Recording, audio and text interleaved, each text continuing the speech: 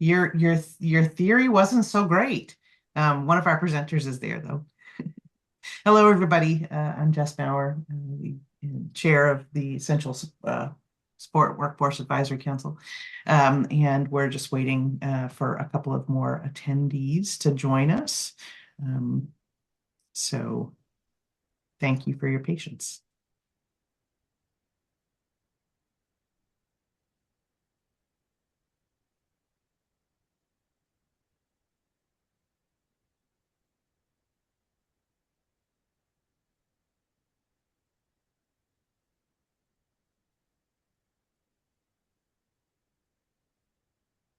Let's give it one more minute and then we'll start. Hi, Mary Jane.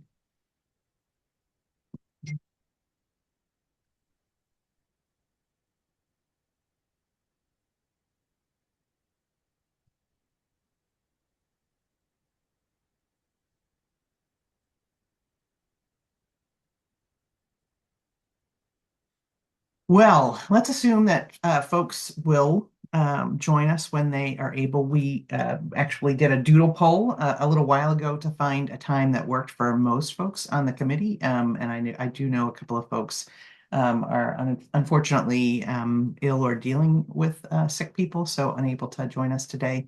So we'll go ahead and get started.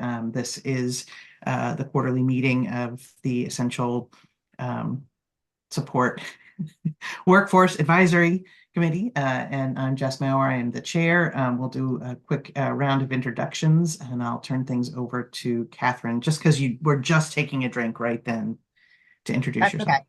okay. I'm Catherine Thibodeau. I am the vice chair, and I serve on the committee representing intellectual and developmental disability services. Thanks. Don? Morning, Don Dufour, Senior Director of HR with Spurwink Services. I'm serving as part of this committee representing the mental health, behavioral health perspective. Thank you. Jamie? Good morning, Jamie Spencer. I'm the Director of Workforce Initiatives through DHHS in the Office of Aging and Disability Services. Thank you. Mary Jane? Hi, I'm Mary Jane Richards McDade. I am the CEO at North Country Associates, representing long-term care and assisted living in Maine. Thank you. And Angelina, would you like to introduce yourself, please? Good morning, everyone. I'm Angelina Cluthis-Jean. I serve as staff to the LD 898 committee, so I'm your tech support today. If something is going not right in any way, shape, or form, please don't hesitate to reach out to me. I'll make sure that I can help troubleshoot audio, visuals, screen sharing, whatever is needed. And I work at the Maine Department of Labor as the Director of Strategy and Innovation in the Bureau of Employment Services. And thank you so much. And we are joined today with a number of interested parties who are in our Zoom room, and several of those folks will be joining us in this meeting to provide updates. But first, we're gonna, as we always do, I like to make sure that we ground ourselves in what it is that we are supposed to be doing. So we're the Essential Support Workforce Advisory Council. And we are guided by a statute that is found in Title 26, Section 3802. And our powers and duties include collaborating with the Departments of Labor, Health and Human Services, states, institutions of higher education, and adult education programs to examine staffing levels and needs staffing level needs, in the essential support workforce, including entities by the state, funded by the state and through Maine Care programs, to make recommendations to state agencies and the legislature related to recruitment and retention of essential support workers, to monitor essential support worker shortages and the expansion of the essential support workforce, to examine if actions taken to promote expansion in the essential workforce have been successful. I just want to put a little pin in that because we're going to be really focusing a little bit on that today. Make recommendations to the Department of Labor, Department of Health and Human Services, the legislature, and other state agencies regarding additional research needed to further the expansion of the essential support workforce. Collect data related to the essential support workforce, examine benefits cliff effects on essential support workers, and recommend and develop pilot project to mitigate benefit uplift effects on essential support workers and make recommendations to the legislature, including any suggested legislation. Also note that we are required annually to provide a report to the legislature, and at the end of this meeting, we will be talking about the scope and content of that report. Any questions from our committee on that?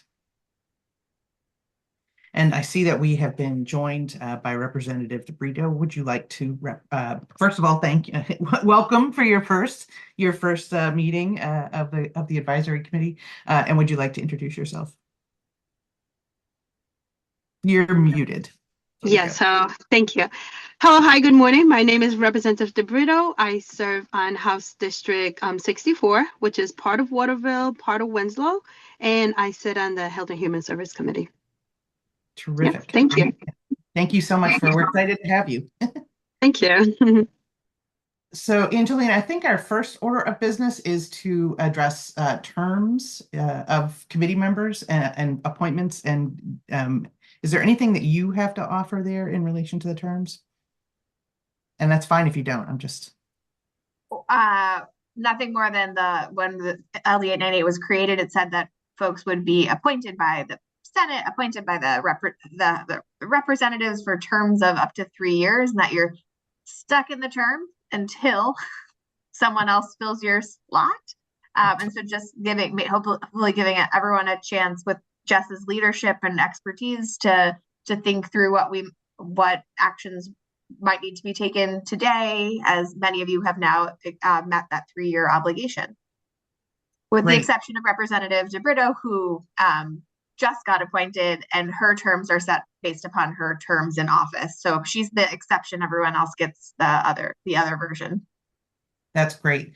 And I think what we have agreed to do is to ask people if they want to continue to serve.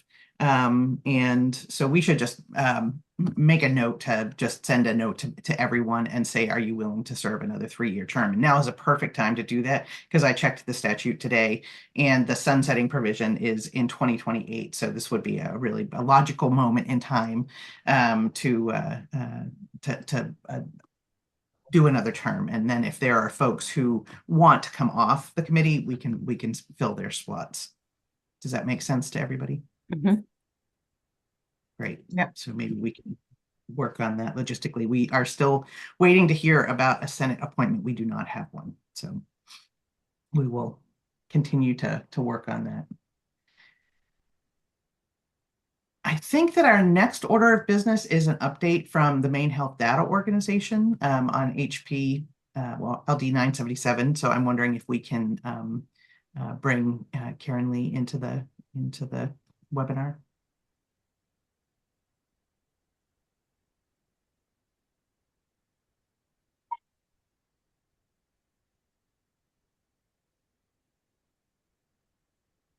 Good morning. Hi. Hello, we can't see you. I am having issues with, can you hear me? We can hear you. Okay. Not sure about my camera. And I got all dressed for you all this morning. You look fabulous.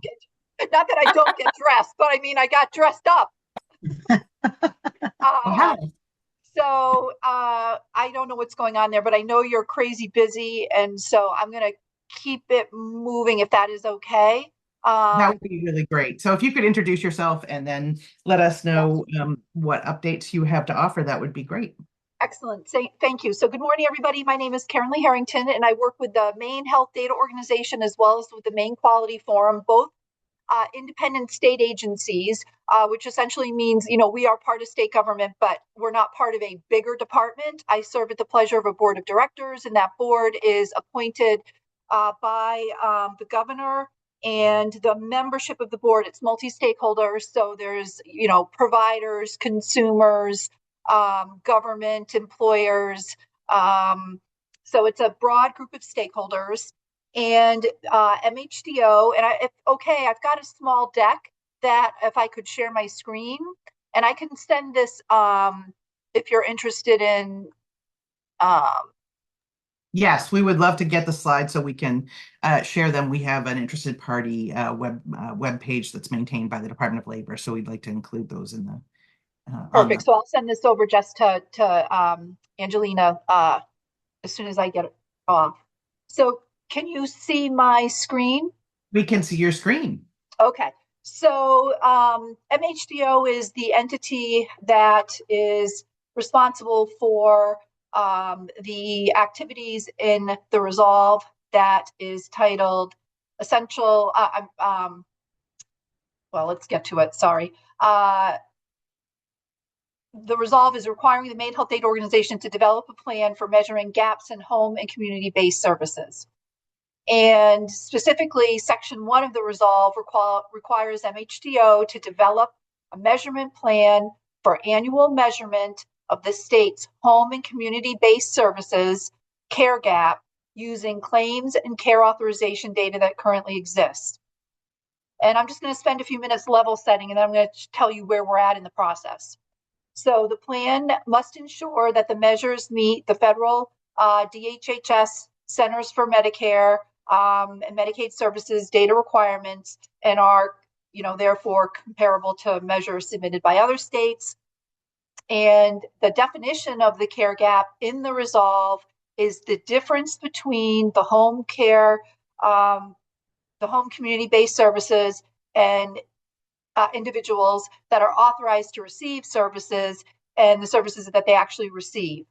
And the resolve requires that we're looking at all kinds of sections of policy in the Maine Care Benefits Manual, as well as in Chapter 5, which is the Office of Aging and Disability Services Policy Manual.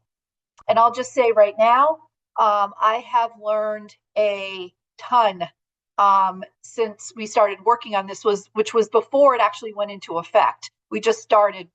We knew it was going to take us a lot of time because we are required to submit this report to the Joint Standing Committee on Health and Human Services, which is a little bit different for us because normally I report to HCIFS, but I do know some folks on HHS, so we will be reporting this to them, as well as I think we'll be submitting a copy to the commissioner of DHHS. And in the report, we are required to outline what is the available data today, where are there data gaps, and the estimated cost of creating and implementing an annual measurement of the care gap that meets the federal reporting. And I'll just say as an aside, I think the federal reporting is very high level. And I think from what we're finding and from what I've heard from some of the stakeholders that are interested in this issue, and some of them are folks sitting around this table or screen, is that if we can get more granular with maybe like geography and specific services, that might help everybody in the quest to make sure that, people that are being authorized and need care and services are getting those services. And if they're not, where are their issues? And so anyways, just as an aside, we've been keeping that in the back of our minds as we've been working on all this and just understanding what do we have today and how is this all managed today. The report can also include recommendations regarding responsibilities for ongoing data collection, tracking, and reporting. And for those of you, just as a reminder, that are not familiar with who MHDO is, I think the reason why we were asked to get involved in all of this is because it sort of makes sense. We are the state entity responsible for collecting, maintaining, releasing while protecting individual confidentiality and provider confidentiality as required by law, healthcare data. And we have got a pretty massive repository, and no one data source answers all healthcare questions, right? We know that.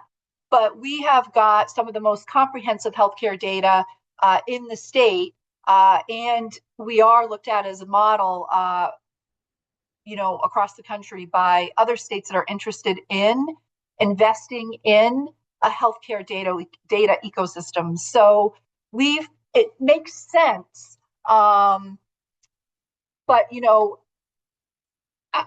it seems like it should be really straightforward, but there's always all this complexity. And I just want to say that, and I know you guys know probably better than anybody, but I'm just, amazed as we've been peeling back this onion, like just all the different players that are involved. I mean, I think we can work towards where we want to go, but it's definitely, and I want to also just acknowledge the department has been amazing. They have really helped us because they're interested in this. They want, I think, to work towards doing, sort of better reporting around this. So the federal law, as I said, it's a very, very high level, but this is part of the access rule. And I won't get into all of it other than to say that what I've learned is the access rule is intended to improve access to care, quality of care, and health and quality of life outcomes for the home and community-based service beneficiaries while increasing transparency and accountability. And again, as part of this rule, states are required to report on the percent of authorized hours for these services that are listed that are provided within the past 12 months. So if you had, if there were 100 hours that were authorized and 10 hours were provided, then, right, 10% of the hours were filled, so to speak. So again, very, sort of high level.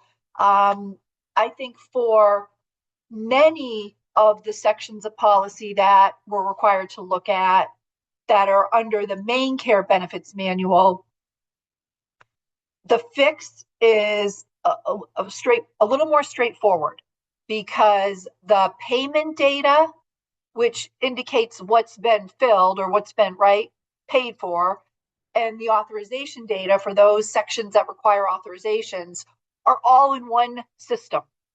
They start in different systems, but in the end, they all get to the claims payment system.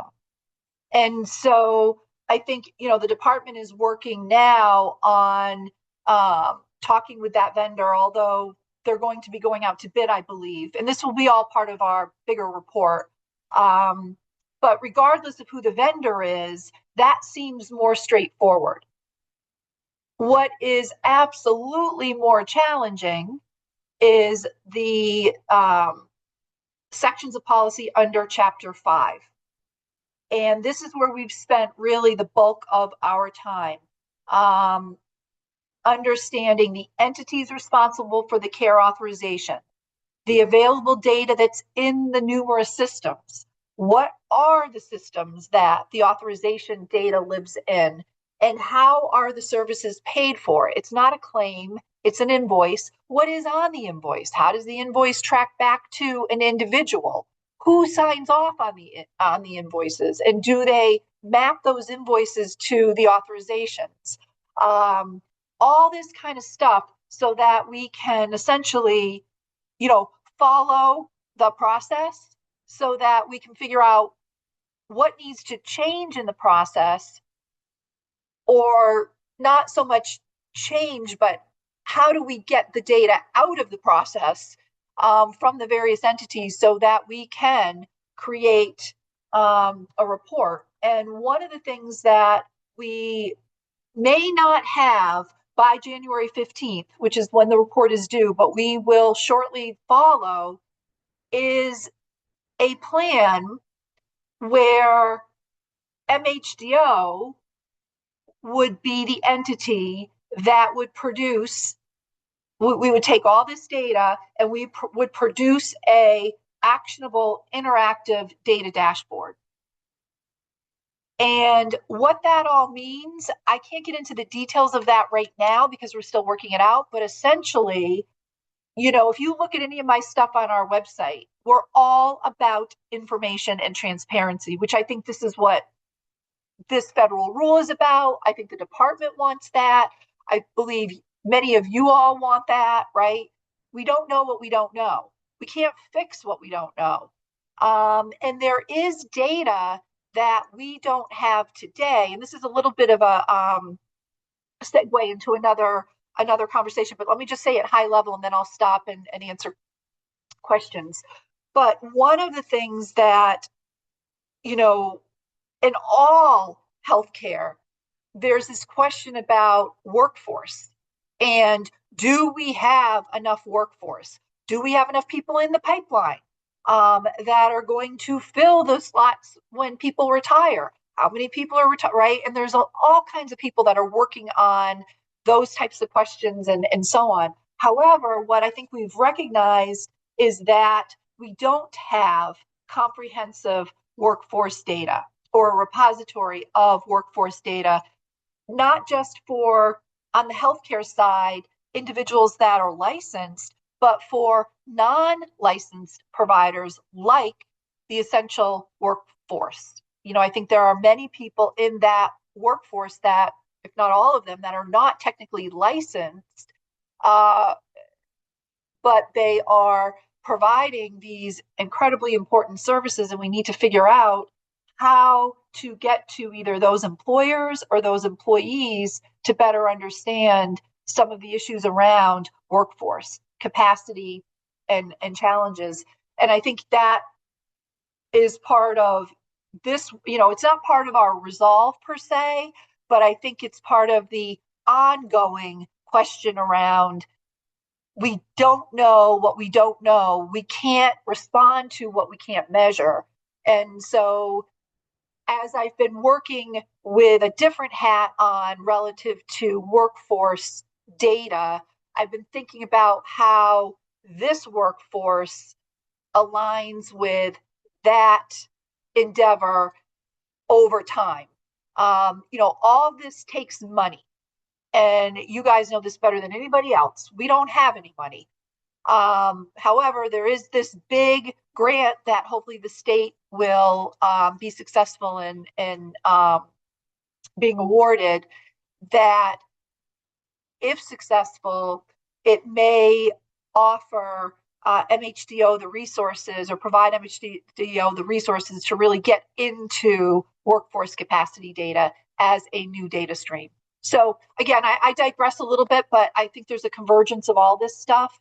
But at the end of the day, we are going to produce a report that will lay out all of the findings thus far, and then we want to follow up with a plan for what I hope is MHDO produces this dashboard on behalf of the department. And, again, there's a lot to that.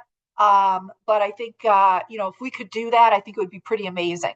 So I'll stop there. And again, I probably have gone over, but if there are any questions, I'm happy to try and answer.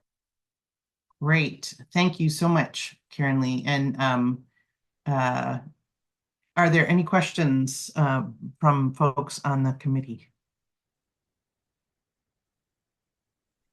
I don't really have any questions, but I do feel like she echoed some of our most basic thoughts we've had on this committee, No question. No question. Right. Validating, right? At the very Yeah. least. I do have a couple of questions, Karen Lee, that will surprise no one. And also sort of a comment.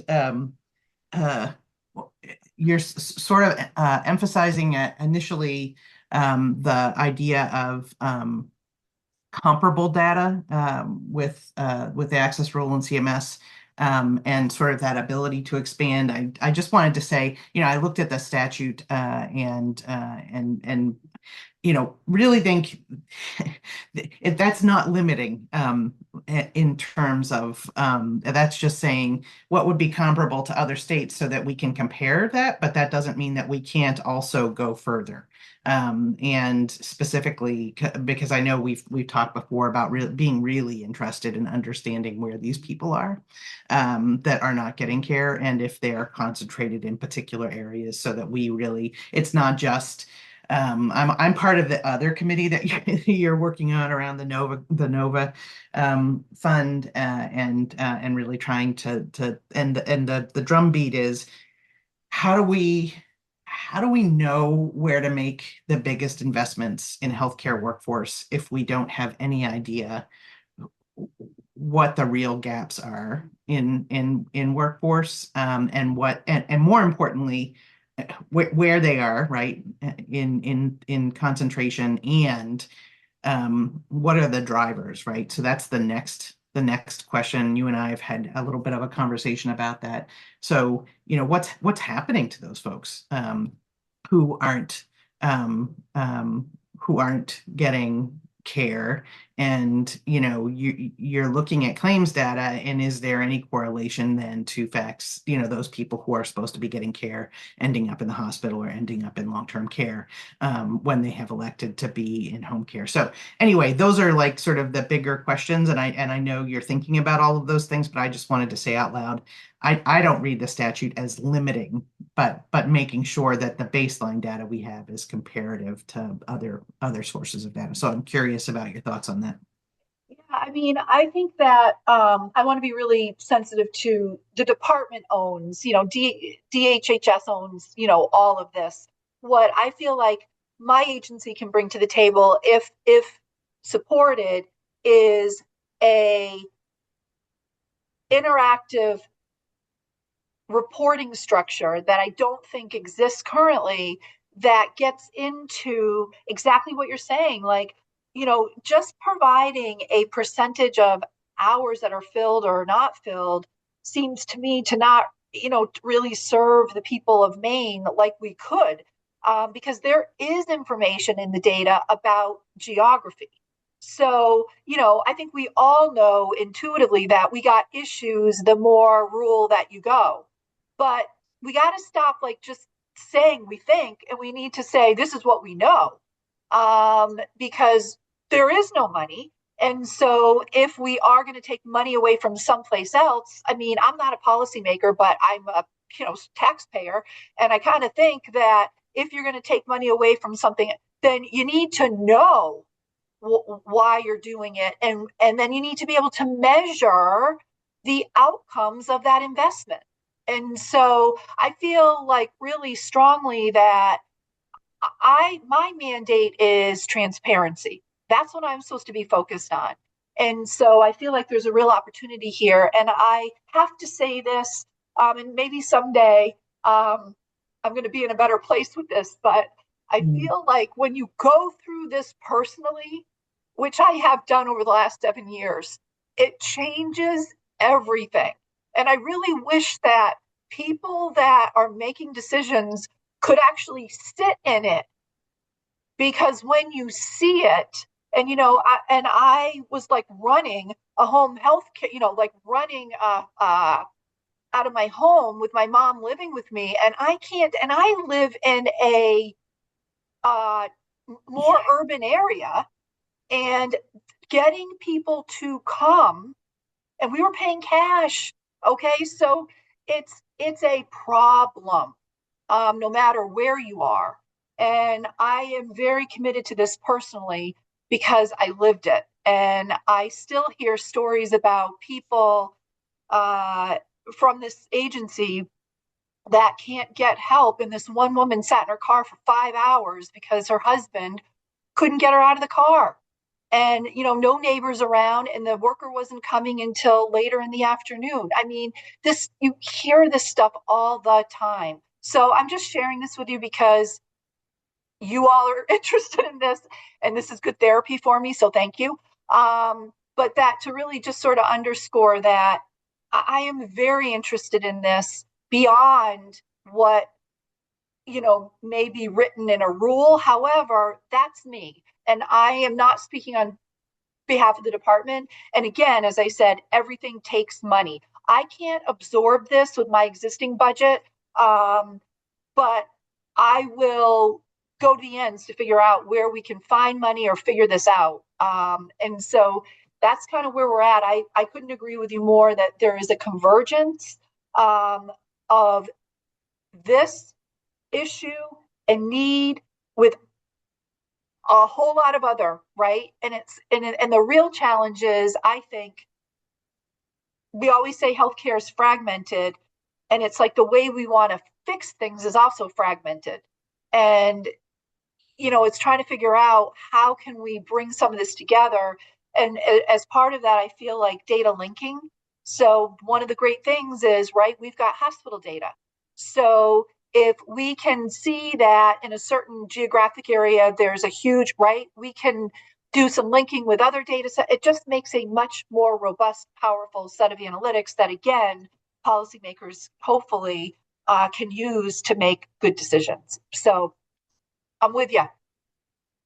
Fantastic. And thank you for sharing your personal story. I think it's always really important and helpful to hear that. And sorry that you went through that. So so I think what we want to do, first of all, other questions based on what Karen Lee just spoke to by committee members. And if not, then Karen Lee, if you're okay with that, we'll take a brief moment to see if any interested parties have questions.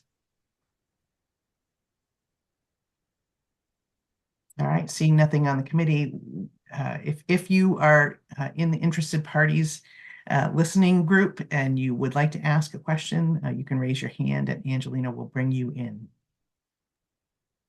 For those of you who are listening in today, at the bottom there's like a bar at the bottom, a little black bar, and you should have a hand item there. So you can press that button to raise your hand, and that would give me the bat signal to promote you. And I'm not seeing it, so hopefully those instructions were clear. You're also welcome to reach out to me, and I am standing by if you need tech support to find that this time or in the future. Great, fantastic. Well, thanks for joining us, Karen Lee, and great work. We're really excited to read your report in only a few short weeks. Thank you, and again, apologies about my video, but thanks again for having me. Oh, absolutely. And for sure, we appreciated that you got dressed up for us. It's a big deal because usually I'm in, a sweatshirt and sweatpants. So anyways, thanks everybody. Absolutely.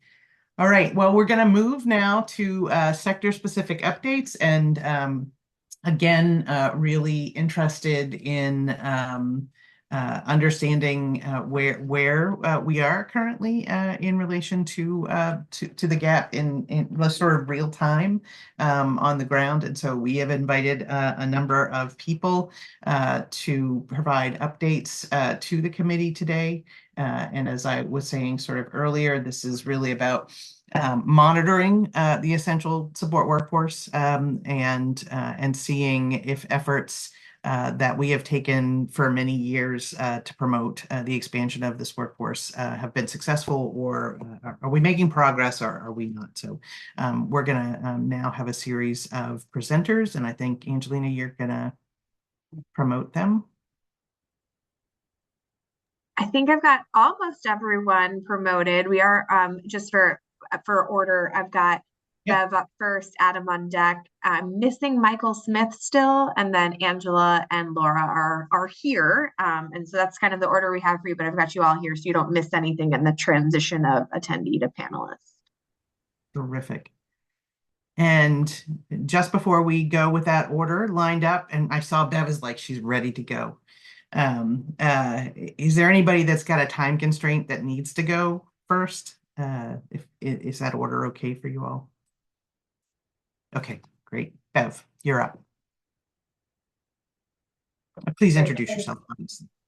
Thank you. My name is Bev MEHCA. I am a government affairs consultant at Pierce Hapwood, and within that role, I also serve as the executive director of the Maine Association of Personal Care Agencies. So These are the folks who don't provide healthcare. They provide sort of that pre-healthcare or the surrounding care around healthcare in people's homes, typically, although it does also happen in long-term care facilities, et cetera. Just a little bit of background, the personal care agencies became licensed a little over a year ago in August of 2024. Initially, they've gone through their preliminary licensing process. They're just starting the full licensing process that happens that year after things get started. So we're running into all sorts of things. What that means is that the number of agencies is growing and shrinking at any given time.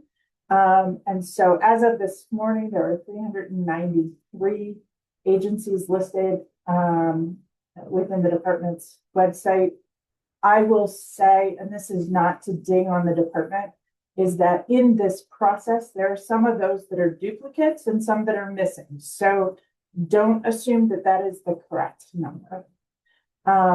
The Maine Association of Personal Care Agencies represents 34 agencies at the moment of that 393. So we're at about 10%, about a year into our existence. And we work with both the main care side and the private pay side.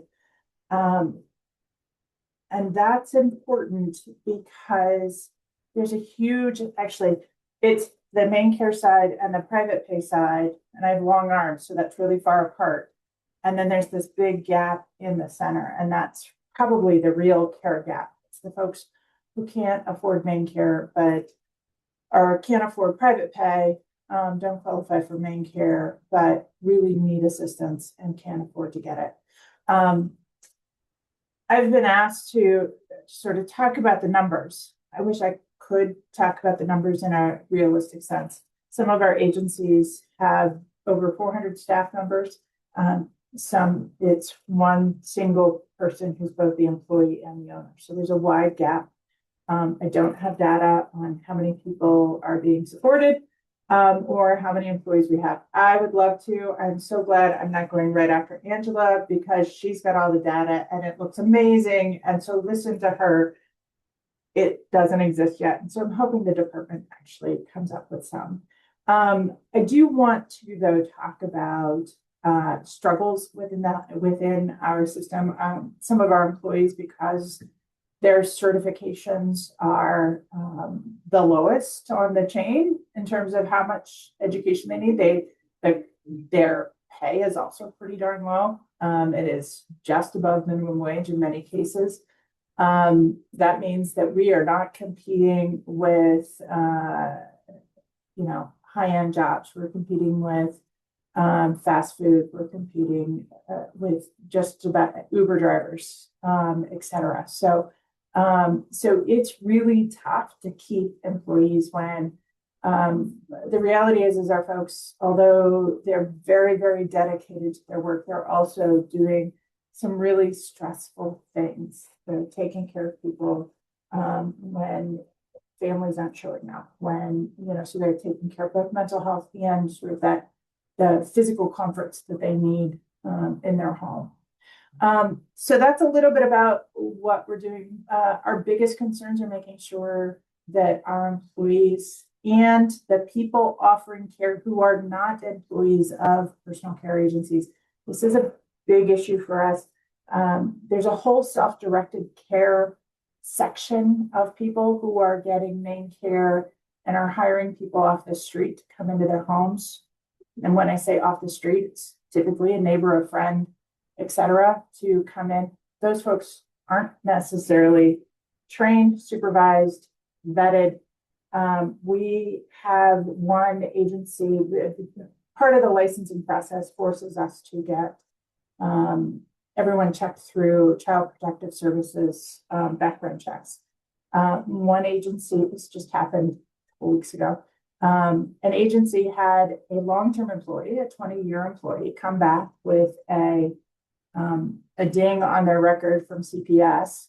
They can't see what it is. but they can't keep that person hired. The person they were supporting really wanted that employee. They're like, I don't care that they don't pass that CPS test. I want them. So the agency could not make the match, obviously. The person went back to the care coordination agency and said, help me. I qualify for Maine Care. I qualify for services. I want someone and I want that person. And they said, just have that person come and we'll hire them separately because we can hire them through self-directed care, even though they can't be hired through an agency. So we've got some issues as we're going through this process. And let me be very clear. The agencies that are being licensed are very happy to be licensed. They're very happy that we're professionalizing things and training staff in a different way. And thank you to Jamie Spencer for making sure that the DSW training is now available to the private pay folks. We can't wait till it's available to the Maine Care folks, but lots of good things happening. Also, flags are getting sent out because we're catching things, and that's a real concern as we professionalize this workforce, make it more important, understand that we were having a conversation yesterday, understanding that this caregiving field, which is mostly traditionally unpaid women and people of color, that it's a true recognized profession, and we appreciate your attention to it. So thank you. Happy to take any questions. I think I went over my 5 minutes. And I think we're going to hold off on questions until the end, if that's okay. I will mute this up. Thank you. You can hang out. Thank you. Adam, I think you're up next, if you wouldn't mind introducing yourself. Thanks, Jess, and hi, everyone. My name is Adam Bloom-Pykopoulos. I'm the Executive Director at the Alliance for Addiction and Mental Health Services. We are the statewide association for community behavioral health provider agencies. We represent 35 agencies across the state, from some really large ones, Donald including Spurwink, so it's great to see you, and some smaller ones as well, really running the gamut of services from home-based services, community-based services, substance use disorder, mental health, all the way up through residential and different facilities as well. What I will say to sort of start out with is that we really think about our workforce, especially our direct care and essential workforce, as an access to care issue, and that is one way that we really try and quantify it. And we were able to do a study at the end of last year that looked at some of these data points. And just two that I wanted to call out today is wait lists and then time for waiting for services are two ways that we sort of try and quantify it.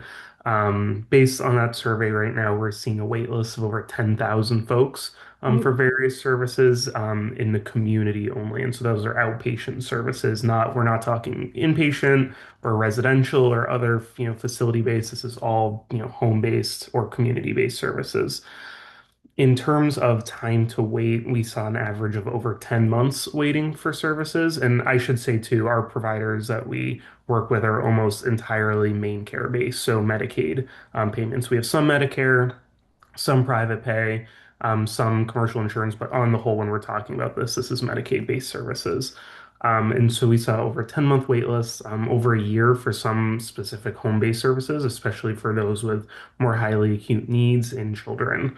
And so when we think about, that access to care, the first thing that always jumps to mind for us is, where that to us speaks to the workforce gap that we're seeing, and it's across several different services. We know, and I know it's not as relevant to this group, but clinicians is a big one for us, but we're also really seeing it in our BHPs, which I think is really relevant to this group here. Very similar to Bev, and again, this is only anecdotal information now, but very similar to Bev, we hear, really weekly from our folks that they're losing BHPs, direct service providers, for jobs that are not just in the healthcare space. Like, they want to work with individuals with behavioral health needs and they can't afford to do that, so they go into a different sphere. It's not that they are leaving completely for other jobs, like Bev said, in service industries, in grocery stores. We had one agency that lost two workers to a Starbucks just last month, right? And so it's folks completely leaving the workforce right now that is really we're seeing as a challenge as folks, are just not able to make a living wage. Especially since we are so dependent on Medicaid in the behavioral health world. That is where we see things like the COLAs as such a huge part of this, as that's able to try and keep up with the minimum wage and those requirements. And that's, I think, where we're seeing a lot of pressure amongst our providers and trying to hold on to their staff. The other thing that I just wanted to touch on, and it's a bit more higher level, but when I talk to our members in preparation for this, one area that they're starting to see a lot of pressure in as well, especially among their direct care workers, is the intersection of behavioral health needs with other healthcare needs. So typically, LTSS needs, things like that. So, you know, areas where some of my colleagues here in their agencies work on, but those credentials, they're not able to crosswalk a lot of those needs, right? And that can, cause a lot of inefficiencies. Oftentimes we can have a BHP in a home and we also have a LTSS person or like an IDD per, right? And a lot of these folks aren't able to crosswalk, and that's causing a lot of inefficiencies from a provider standpoint. Folks aren't able to potentially, do some of the other work that they could be there doing. And I think it makes it more challenging to, before I walked into this role, I did a lot of work from the patient advocacy perspective, and it makes it more challenging for consumers too. If they have to have three, four different folks, different agencies coming in, managing that is difficult for families, for individuals themselves. And so we are seeing that as an increasing need, both that sort of intersectional needs across different domains here. The last thing that I wanted to touch on, and it's a little more anecdotal too. I'm sorry, I don't have like hard numbers on this, but we're trying to capture it. But when we think about our direct care workforce too, we've been having a lot more run-ins with the immigration enforcement that we're seeing now. This probably won't be a surprise to folks, but a lot of concerns monthly now. We're having folks either being stopped and checked or losing someone from their workforce. We actually had a story, one agency doing a small residential home, they came and they arrested and took someone away who was working. They were the only person working there. And so now they had, seven people unstaffed. They had to, run folks. I mean, really nightmarish stuff and just horrible what's going on there with our workforce. And folks are, we're hearing from HR directors are starting to be scared to come to work, right? And so when we're thinking about the pressures on this system, it's not just the finances, it's these wider pieces too. And so that was a lot of information. I'm sorry I don't have more like hard numbers that I had at the onset, Jess and folks, but I wanted to provide those updates as we were sort of talking to our members on what was really front of mind about our essential workforce this week. Happy to answer any questions at the end too. Great. Thank you, Adam. Really helpful. Super helpful. Angela, you're up next. Sorry, on mute. Let me share my screen. I have just a few slides. I'll put them in full screen mode. Can you see that okay? We can see it. All right. Okay. Do you see it in full screen or is it in presentation mode? It is beautiful. It's actually not in full. It's sort of a weird thing. It's sort of half presentation mode. I can still see the top of your, like the menu bar up there where your cursor is. It's very odd. It's fine. It's perfect. Okay. Well, we'll just roll with it, right? You have limited time. It looks great. I mean, because the slides are really centered, so it's fine. Okay, good. All right. Well, thank you for the opportunity to be with you this morning. My name is Angela Westhoff. I'm the president and CEO of the Maine Healthcare Association. We represent approximately 200 long-term care facilities throughout Maine, including nursing homes, residential care facilities, and assisted living programs. So we'll just jump right in, and I'm going to be looking to my left because that's where my slides are. So workforce challenges, similar to what Bev and Adam have shared for other sectors of the healthcare continuum, long-term care has the same pressures. I think we faced an unprecedented workforce crisis during the pandemic, but truthfully, even pre-pandemic, we still were struggling for staff. We estimated during COVID, we lost approximately 10 to 15% of the workforce, and we're still not back to where we were pre-pandemic. Wages is always part of the equation. I don't think it's the only thing, but despite raising wages over 44% since 2021, we're still finding challenges in recruiting enough direct care workers, meaning CNAs, LPNs, and of course, RNs are very difficult to come by as well. One thing maybe that we haven't talked about this morning yet is use of contract labor or agency labor or temporary labor, lots of different terms to mean a workforce that you bring in on a contractual basis. It could be for 8 weeks or 12 weeks, perhaps. During the height of COVID, the statewide average in long-term care facilities was about a quarter, so 25% of the workforce in long-term care facilities being provided by temporary staff. It's really expensive, definitely not sustainable. And our members have done a good job trying to decrease that. But of course, we have staffing minimums, both at federal and state levels, which means you can't just say, oh, we're going to close on Tuesdays like a coffee shop. We're open 24/7, and we have to be staffed appropriately to meet the care needs of our residents. So some counties in Maine, the use of contract labor was even higher than 25%. It could have even been as high as 50%. We're seeing the statewide average drop down into still double digits, but closer to where we need to be, which is the state has set a goal of 10% or less. But we're still seeing pockets, particularly in rural counties in Maine, that are upwards of 29 or 30% reliance on agencies. So it's not getting, remarkably better. And the other thing that I'd be remiss if I didn't mention is that the vast majority of residents who are in our nursing homes, about 70%, are on MaineCare or Medicaid, and we know that those rates don't keep pace with the cost of providing care. So some numbers, this comes from some Bureau of Labor Statistics data from 2012 to 2024. This is the estimate of the number of caregivers that we lost, close to 2,000. This would represent nursing homes and residential care facilities. We don't have good data on assisted living. So you can see 300 nurses, 300 LPNs, and about 1,360 CNAs. So that's definitely a challenge, and these represent positions that are not filled today. Closures. You've all read the same headlines that I've read. We live this, unfortunately, here in this state, and it's not uncommon in other states too to have a number of facilities have to close, whether it's an outright closure, perhaps a conversion to a lower acuity care model, or it's taking beds offline. It could be a wing, it could be a unit, just trying to consolidate the number of open beds because staffing just isn't available. It's not unique to just nursing homes. We've also had 28 residential care facilities close since 2014 in Maine. The two things that drive this, lack of staff and lack of adequate reimbursement. I think the declining access to care across the entire healthcare continuum is deeply concerning. It's troublesome. I think many of us lay awake at night and worry about this. It doesn't matter if you need care in your home or care in a congregate care setting. There's just not capacity in our state. And as the oldest state in the nation, right, it's kind of this head scratcher. We know that our baby boomers are aging. We know that our population is, living longer, thankfully, to advances in medicine. But how will we take care of all of these folks? In some counties like Hancock County, they don't have a single nursing home bed left, which means families are having to travel farther to visit their loved ones.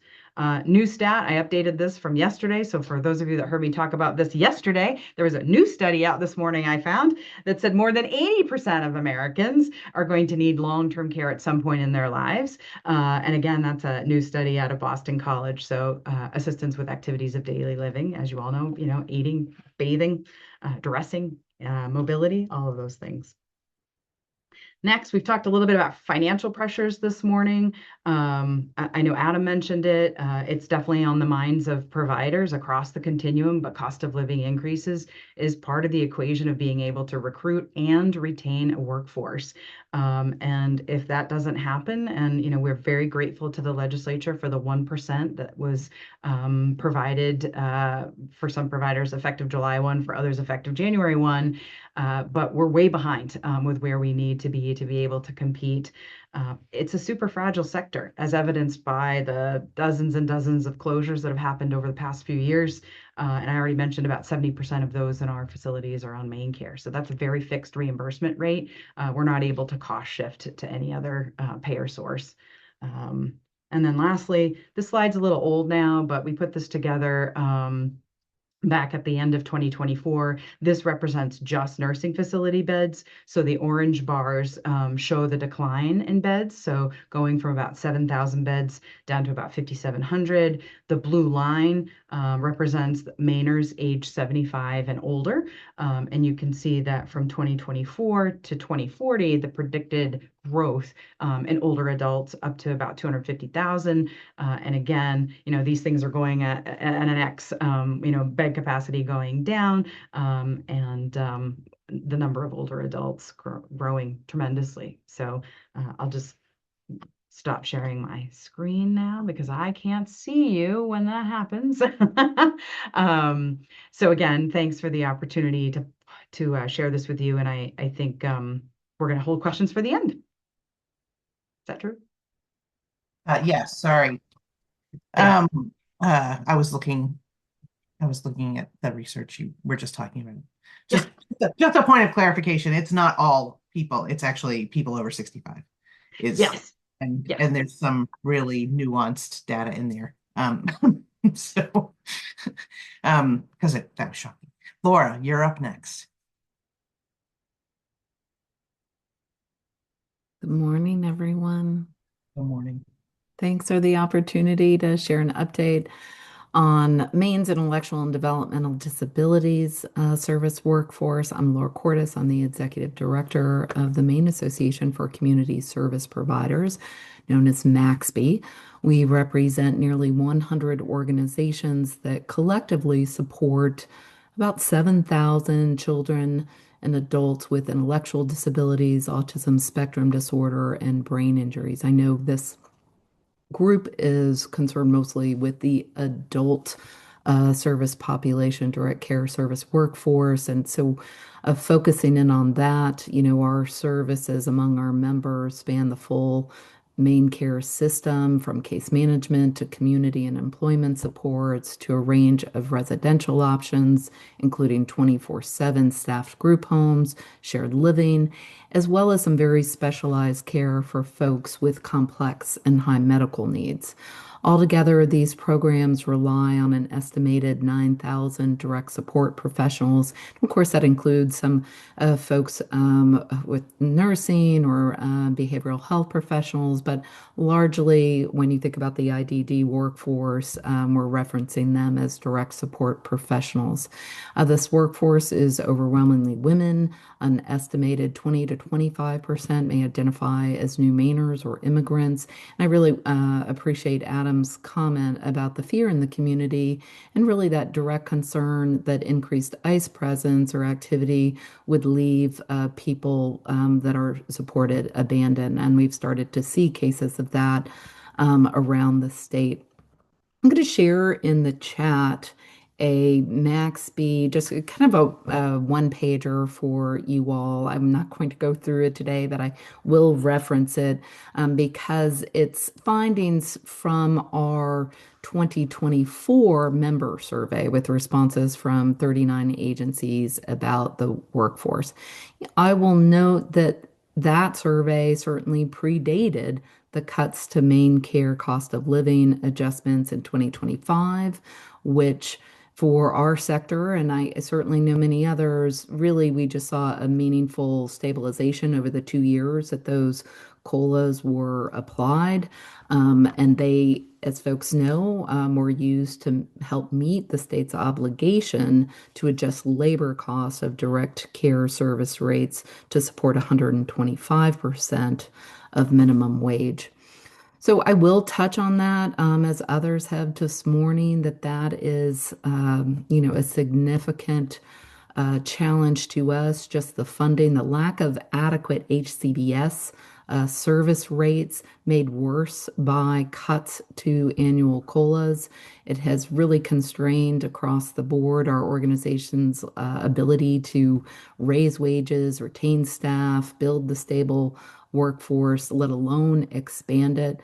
HCBS service rates is part of the state's 5-year rate determination process and cycle for all of those Maine care rates. We are in rate implementation limbo.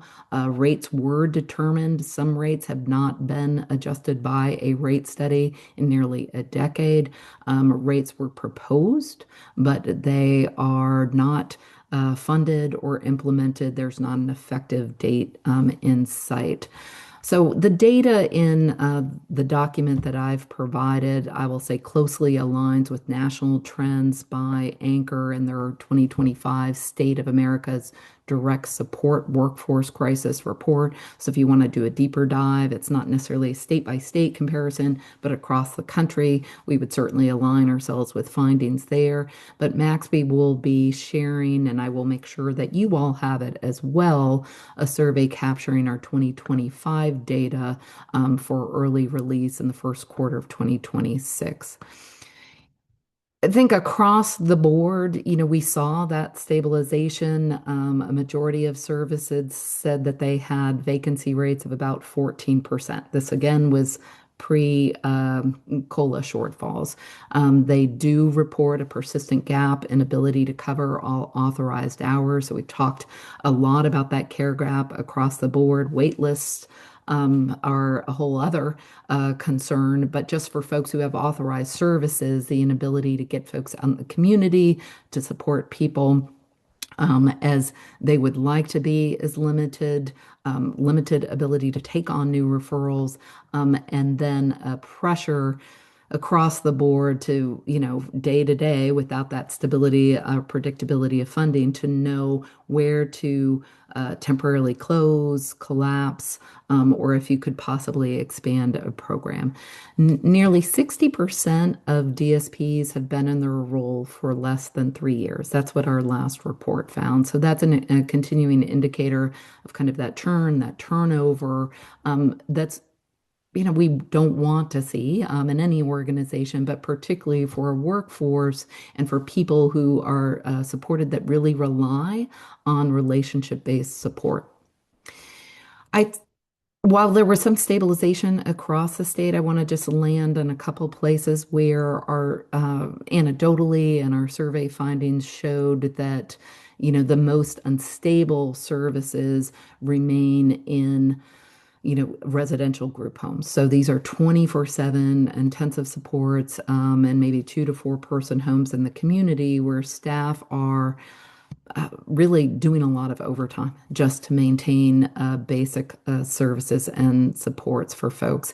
That overtime rates were not built to support that. There's a lot of burnout involved then. And that's where we see high rates of overtime that have just not abated over the last several years. It has led to some closures, certainly in the county, where we have a lack of group homes at this point for folks who need them. And as those those homes close, individuals are then forced to move hours away from their communities of support and family. And over the course of the last 3 years, half of our providers have reported that they have collapsed, suspended, or permanently closed a program because they just could not staff it adequately. I'll mention one other stress in the system and then work to wrap up. The shortages expand beyond DSPs. Case management is that entryway into support in our system. That's Section 13, adult case management. And over the last several years, and we started to see a little bit of this turn, but we lost so many case managers that many of our programs just aren't accepting new clients. And we have a whole set of new case managers with a lot of pressure. And it just has become a challenge that I don't think the department saw coming. Certainly, it's been a very tough position to maintain and to fill. And we'll be looking with an eye towards that in our survey in the next few months. And then, just to wrap up, we still have a shortage across the board, still highly unstable due to overtime and reliance and burnout. Wage competitiveness declining. We are now, as we go into this January, facing, it'll be 2 consecutive years with COLA cuts. So I'm happy to answer questions when we get to that. And again, thank you for your steadfast work and thinking about ways to sustain and grow our workforce.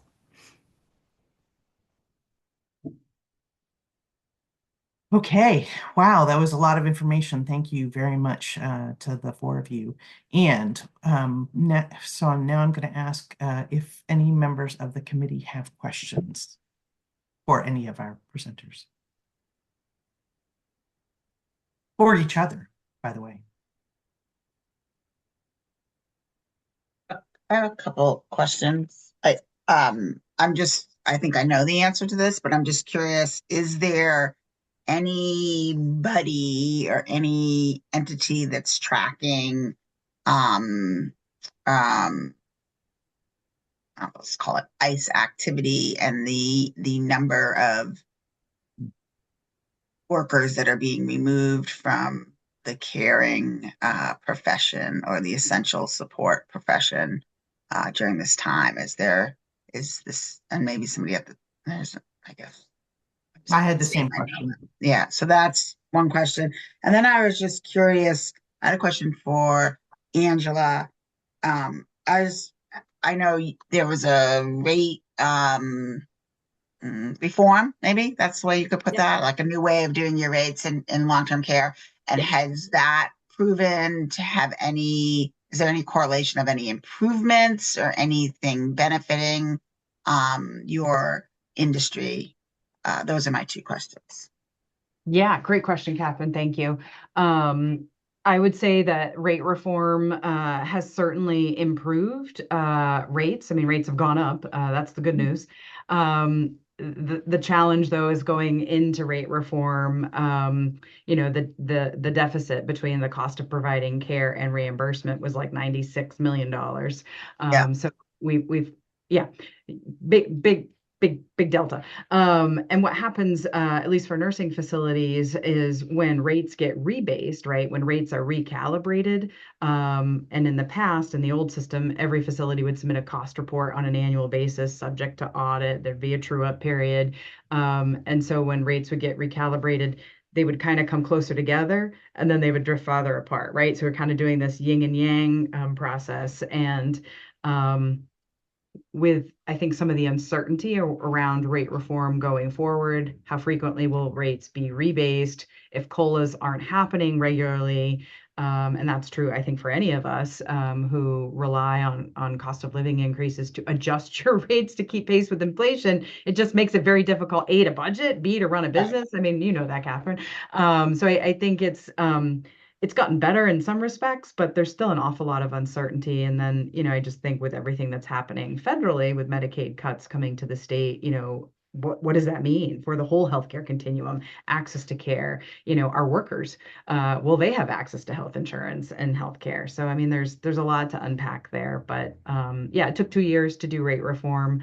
The real challenge will be, is it sustainable? I don't know. Yeah. Thanks. And I don't have an answer for your first question, Catherine. I'm not aware of any that are tracking this, especially for the workforce or generally. And I think even if there were, I think the biggest problem, we can track the ones we know, and then it's how many folks are leaving the workforce again because of that fear, or they're unwilling to show up out of that fear, I think is tough. But I wish there was. Thanks.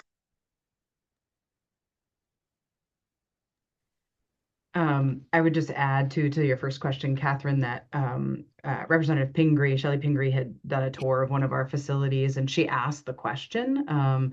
It was a facility in Portland with a pretty diverse workforce, and she wanted to know if ICE had been there, if we were experiencing any issues. And thankfully for that facility, no, or not yet, I guess might be the right answer. But she seemed particularly interested and said, please contact her office. So I think for those of us on the call, that might be a one point of contact, but you raise a really good point. I don't know anybody that's tracking it. Yeah, I've already made a note that we should talk about that as a partnership, to see if there's something we could do to lift this up as a collective, because I know that individual providers have been pretty nervous about sort of lifting their head up, because if they lift their head up and they have other people who are working, that might just make the ICE raids worse. So I think if we could find a way to collectively say, this is the collective impact that it's having, might be a good thing. Jess, I'll jump in quickly with a couple thoughts about that because we have had conversations, uh, with Director Saucier before his retirement about the department wanting to hear that. I think there's different ways of sharing information, and clearly, the department may have information if it is someone's picked up in the course of work and there's a, abandonment of an individual. The provider or that individual would be reporting that. And they would have conceivably record of that, somewhere. But I was happy to hear that the department had interest in knowing about that and expressed concern about wanting to know that, but there wasn't necessarily a vehicle presented about how folks would share or track that larger concern, or folks who may be targeted, picked up outside of that, and or agency visits. So the agency visit would be one, way. And then to your point about where to take some of this information, we've been having the conversation, and I would welcome, other organizations to come together to, maybe do a small presentation about the concern with anecdotal information to the Office of New Americans. Thanks. To be clear, we've I think also that's great. Go ahead, Bev. Yep. we've also had voters who have family members who've been. So it's not just them, it's the entire, many of our owners of personal care agencies are actually nurses. So I am also curious if this issue has come up around the lack of auto renewals for work permits. Is that something that you have that's impacting your ability to maintain staff? They're like, we don't know. Yeah, We'll I don't find know. out. I haven't heard that yet. Yeah. All right. Well, there we go. We're lifting up a new. And Dawn, I saw you come off mute earlier. Did you have a question? Yeah, just not so much a question, just really to thank everyone for their information today and know that I could feel your pain, and everything that you are recounting to us are things that I've experienced for the 30 plus years that I've been involved in nonprofit behavioral health world. And my only comment would be my part of my concern is that I think some of what we're even discussing may be understated. So even the wait list that we talk about, Adam, that you referenced, organizations are going to be hesitant to continue to add to those wait lists because there's liability with maintaining those wait lists. And then I think about, Angela, when you were talking about the temp services and saying, I think you said maybe 3 to 4 months. And my experience, I've seen some of these contracts go on much, much longer. And we know the impact of that. I think there's this sentiment that even agency staff don't necessarily feel directly connected to the employer or whatever it might be. It isn't the case across the board, but it has been our experience. And so at Spurwink, we've really worked hard to increase those wages and hopefully reduce our reliance on temporary services. But it's a really difficult game. And you talked about those fixed rates, and that's always been the game changer. Unlike a for-profit, look, they're going to suffer a bottom line. They're going to increase what they're charging for goods, and we don't have that luxury. So we end up sometimes having to work out different compensation strategies that make us work so much harder, I find, and they're not always effective. And then sometimes the impact can be that you may end up even losing more staff from a strategy that isn't working. So I just wanted to reiterate, thank you for sharing what you have today, and know that we are certainly feeling everything that you've brought forward today too. Yeah, thank you for those comments. Appreciate it. I have a number of specific questions for many of you, but I want to make sure everyone else on the committee has had a chance to ask a question if they've got one. All right, hearing none. Adam, I'm really curious about whether you have had any direct conversations with the behavioral health folks at the department about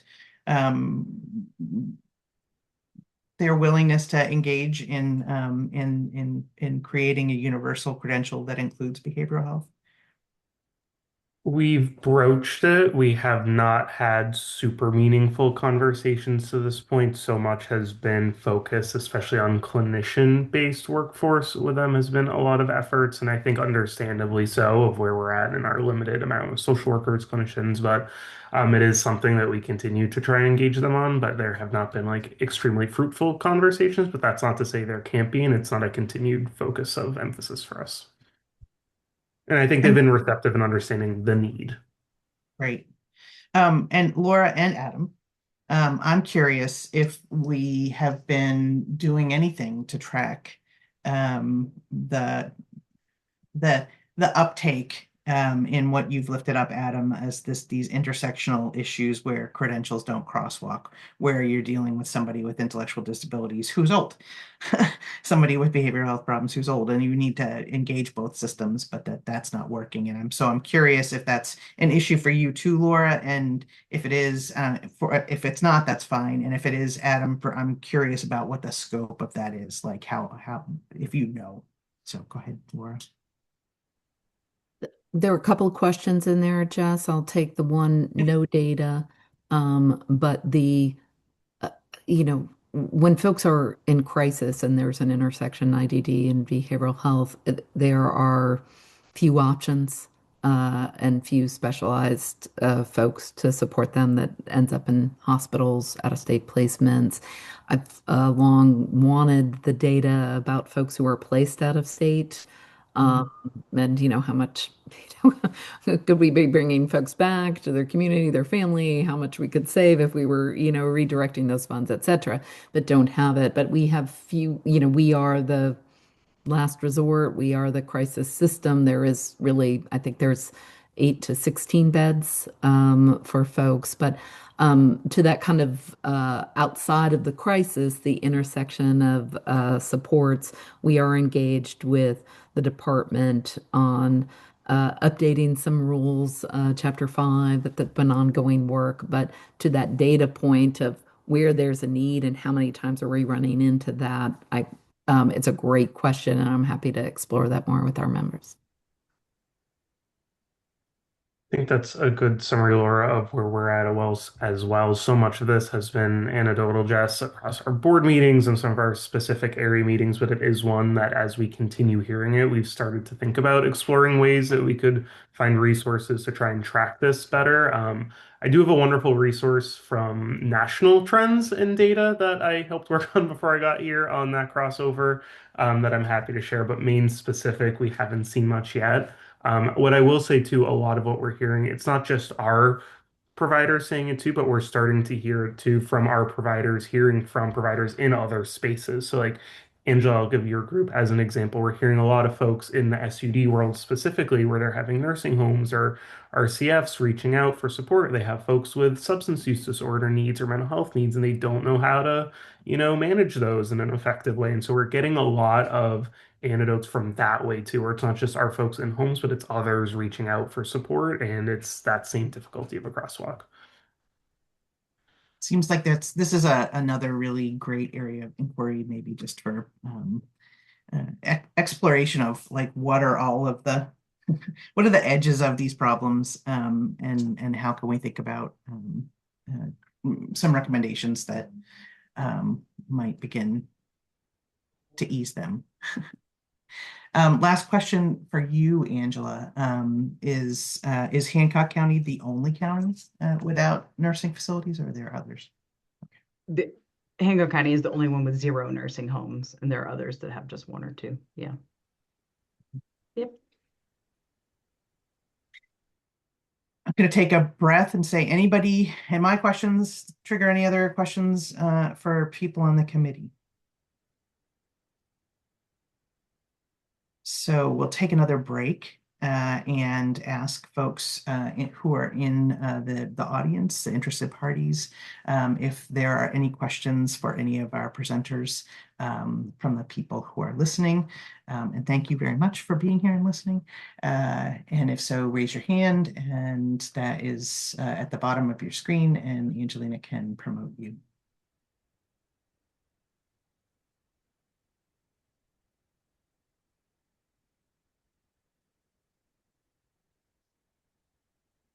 I'm assuming there are none, Angelina.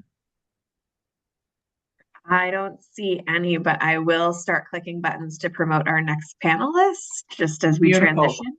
That's what I was just gonna say. So I'm gonna thank the four of you again for taking the time to be here today, for sharing all of this incredible and very useful information. And I think you're free to go back into the interested party room and hang out with us for some more, hopefully. Thank you. Thank you. So next up, we have Nicole Marchese, who is going to be offering an update today on the Long-Term Care Ombudsman Program Worker Advisory Council. So I'm going to turn things over to you, Nicole. Thank you for being here. Yeah, thank you for the opportunity.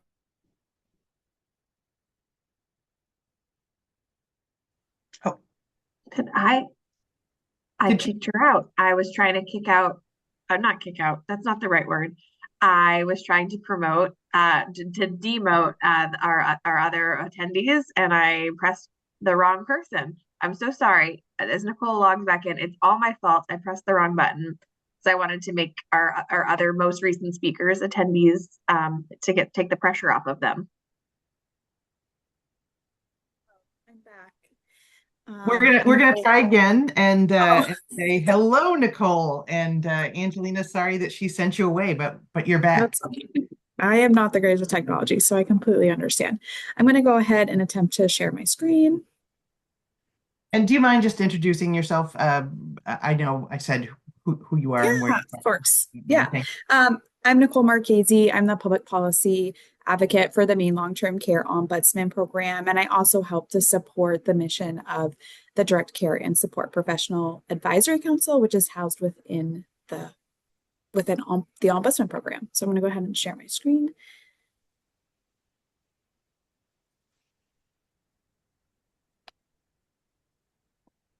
Did everyone see this? All right. Perfect. Yes. Success. All right. So I'm just gonna, for the, because we have limited amount of time today, I'm just going to kind of talk about the council and what in 2025 they are really focused on for advocacy and outreach on their behalf, but also what the future looks like for the council going into 2026. So really the mission of the council is to create a strong collective voice that offers expertise and guidance to policymakers and legislators on key workforce issues and initiatives. The council was established in February of 2022. Our vision is to be recognized by policymakers as Maine's primary resource for workforce issues, and our membership is represents the diversity of Maine's workforce. So members are employed across all long-term care services and support settings. This last 3 years, the council has done a lot of level setting and just raising awareness and providing education about what is the council, it's new, what's its mission. So the council's done amazing work, and you can find that located on this, the link below, which is our website, which really dives into what they've been involved in. But for time restraints today, I'm not going to go into everything, but I just want to kind of uplift all the amazing things that they've done. So I know that the Maine Department of Labor has a written update with more detail on this, but I just want to recognize council members and what they've done in 2025 around the Day in the Life videos. That was in partnership with the Maine Department of Labor, Office of Aging and Disability Services, and Broad Reach Marketing. So we were really able to bring council members into this realm of illustrating what a day in the life looks like in DSP, CNA, and PSS. And so this was really an amazing opportunity that was presented to the council, and we're really grateful that they were able to give a little snippet of what it means day to day and the challenges that they face, but also doing it in a positive way to help with recruitment and retainment of workers. And so the videos are housed on the YouTube channel for the Maine Long-Term Care Ombudsman Program. So I know many people have talked about this already, but last session we really worked to build advocacy around restoring the cost of living adjustments. And so there's just little snippets here of where our council members have really devoted their voice and really provided insights on how that impacts them individually. So we had Stephanie Hatcher, who was featured, and the Portland Press Herald that really offered insights about the importance of restoring the COLAs. Emily Skyers talked at a press conference, and we worked really collaboratively with Maine's Essential Care and Support Workforce Partnership on a lot of these advocacy measures. They were able to go to the State House and talk about the importance of different workforce related issues that they're facing each and every day. They met with Governor Mills. And then, of course, we've done some op-eds to really illustrate the importance and what it means each day to be an essential support. So we've hosted our first annual conference in 2024, but we were very lucky and able to host our second annual conference in September 2025. And this was called Policy in Action, Driving Change for Direct Care and Support Professionals. We had the Honorable House Speaker Ryan Fecteau talk about his bill regarding increasing direct care wages, which is LD 1932, which again, this is a collaboration with the Maine's Essential Care and Support Workforce Partnership. Really, the goal of the conference was to create a plan to support this legislation that proposes to increase wages for direct care and support professionals across the state. Of course, there's many variables to that bill. The direct care and support professionals filled out advocacy cards. So we thought it was really important to expand our reach beyond the council during this conference and utilize that connection. And so we had advocacy cards where individuals, the direct care and support professionals, could fill out to create interest in maybe coming to the State House and testifying, or being involved in press conferences, or writing op-eds. And so this was really to reach beyond the council and create a network of workers. The conference was a success. We had over 100 attendees, and the council's working to finalize that report, highlighting key takeaways from that conference. So the future of the council, they've accomplished a lot thus far. It's really amazing work, what they do each and every day, just not on the council, but in their own professional lives, being a direct care and support professional across the state. So we recently had a final evaluation of the council, which was completed by the University of Maine Center on Aging. Happy to share that. The report features formal recommendations that will help guide the future activities for the council. This was a year-long process for the University of Maine Center on Aging. They interviewed current members and many partners that we've collaborated with. And so it was an extensive project that we are really excited to see the report finalized. The council has secured funding through Office of Aging and Disability Services, and received a grant from Maine Health Access Foundation to continue activities into 2026, which we're very grateful for. The council will be holding a strategic planning day in collaboration with PHI National to outline leadership and advocacy action items for year 2026. So this will be held in January, so we're still actively strategic planning for 2026. The council will continue to have a voice at the State House, focusing on important workforce-related issues and raising awareness around the challenges workers face. Of course, we're going to be helping champion LD 1932, Speaker of the House bill, in collaboration with the Essential Care and Support Workforce Partnership. And then the council continues to expand outreach beyond the council. We're constantly reaching out through the first annual conference and the second annual conference. We've really built a network. And so we're able to continue to send email updates and what the council's working on and how they can become involved. Maybe they can't contribute and be a council member themselves, but their voice is extremely important in this industry. And we want to make sure they're constantly updated and supported throughout that. So just want to say thank you so much for having me, and our council website's here. And of course, you can always reach out to myself or Brenda. Thank you, Nicole. It's like the best work ever. I just love what you all are doing. We couldn't do it without you guys, so. It is a nice partnership. Does anyone have questions for Nicole?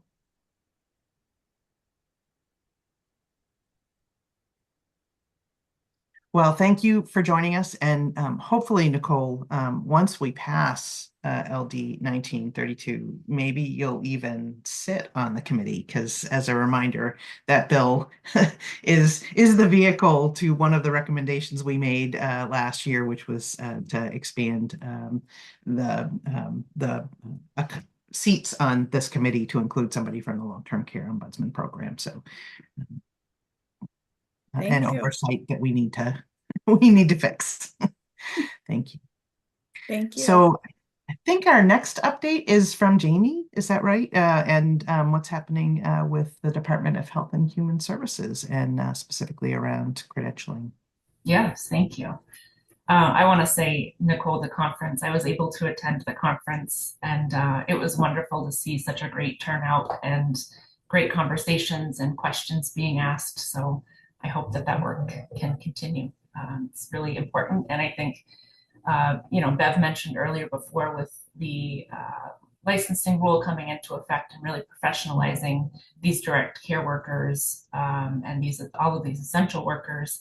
The department is obviously very vested in trying to help elevate the profession and increase the awareness of these roles and the importance that they have in our aging state. I really appreciated the 4 updates for the sector updates and how that was structured today. It got my wheels turning a little bit. And, I think the department has been working on the direct service worker credential and really trying to make that the core curriculum for all of these other professions, and kind of reducing the duplicative nature of some of the trainings that happen in the different silos. So for PSS and DSP and BHP, I think we're hearing more involved providers and stakeholders that are wanting to have a voice in what that core curriculum looks like. And, we've got the direct service worker pilots. We did 2 pilots, and those 2 are complete. So we ended up from those 2 pilots with the private pay sector as we wait for a rule to update so that we can roll it out statewide. Last time I reported in September, we had 65 credentialed DSWs in the state. As of yesterday, we were up to 125 DSWs with those 2 pilots. And those are those workers that have completed the training, both the online portion and the hands-on skills training. And as being a part of that pilot and having done train the trainers and orientation with the agencies that can provide the training, we continue to see agencies enrolling new workers. And as they onboard staff, we have about 50 learners actively enrolled in the LMS system for the DSW curriculum. So that's exciting. We consistently have people reaching out asking when they can get, the training, and that piece is frustrating because we know that it's been very well received, and both for affordability of the training and just up to date current practices from CMS core competency guidelines. As a part of the core curriculum, we've talked about the DSP portion as an add-on to the core curriculum. So you get your DSW, and then if you're going to be working in the IDD and autism community, get your DSP as an add-on to the DSW. And the update on that right now is that the stakeholders list and providers that were interested in reviewing the content for the DSP curriculum is open for feedback. And we're getting, I think yesterday we had close to 400 comments within the modules. So definitely engaged stakeholder group, and taking those comments and considerations into the review of the add-on part. I think the other section that I talked about in September, so the state was a part of the Direct Care Workforce Strategy Center, which is a part of the National Council on Aging. Last year we did the Peer Learning Collaborative. This year, because we're in it for the 2nd year, it's called the State Advancement Lab. And so we are exploring in that technical assistance program the potential for micro-credentials. So, you know, we talk about these added needs for behavioral health within our aging community, or, you know, aging within our IDD community.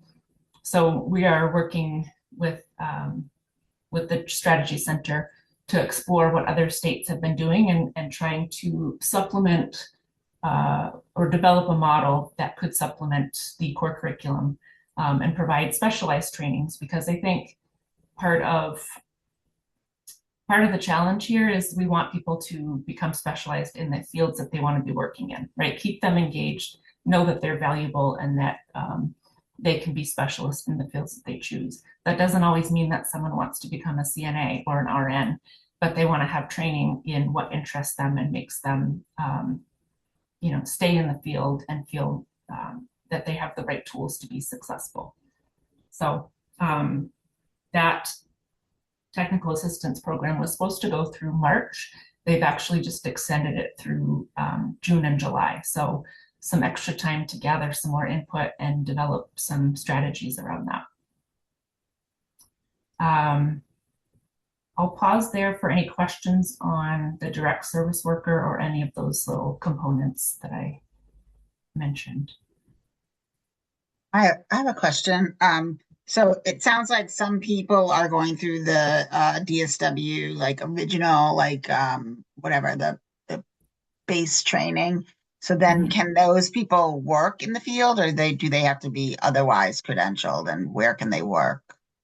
Those can work in the field as what would normally be called PSS workers. Okay. So for right now, because rule hasn't changed for main care funding and waivers, we've just been able to do that with private pay agencies, but they are able to work as DSW in the PSS field. And what's the timeline to get this like fully rolled out where it's implemented with DSPs and in main care rule people who provide? The DSP portion does not require any updates to waivers or rule. So there actually could be the opportunity for DSPs coming into the field to take the direct service worker and then the DSP prior to maybe the full rollout of DSW worker throughout the state, you know, because we don't have a timeline for when rule or waiver will be updated to roll out the DSW statewide. But again, there's no changes that have to happen for the DSP portion of that training. And is it a platform, like a permanent platform? I think at one point you had been looking for a platform for the training to be on. Is that been established? Yeah, right now the DSW is within the Catherine Cutler Institute through MEHCA.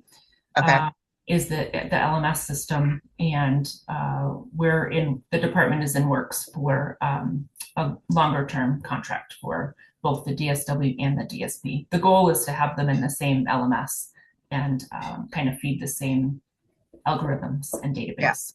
Yeah. Okay, great. Thank you. Are there other questions on the committee from Jamie? For Jamie.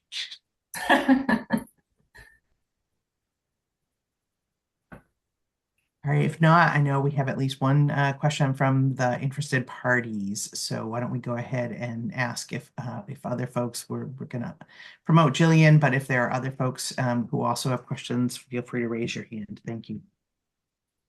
Can you hear me? We can. Sorry, I logged in like 45 minutes late. So, but I was an original piloter of the PSS curriculum. So I heard all of the things that you said, and had a few questions. When you talk about base curriculum, how many hours is the base curriculum? So that is the DSW course. So that is the 12 hours of asynchronous online learning with up to 8 hours of live skills training demonstration day. So on average, it's about 20 hours total. And so that translates to does that mean DSW basic level is a PSS is an entry point? Yes. So it's essentially the 20 hours of DSW with the 12 and the 8 equals you're now a PSS.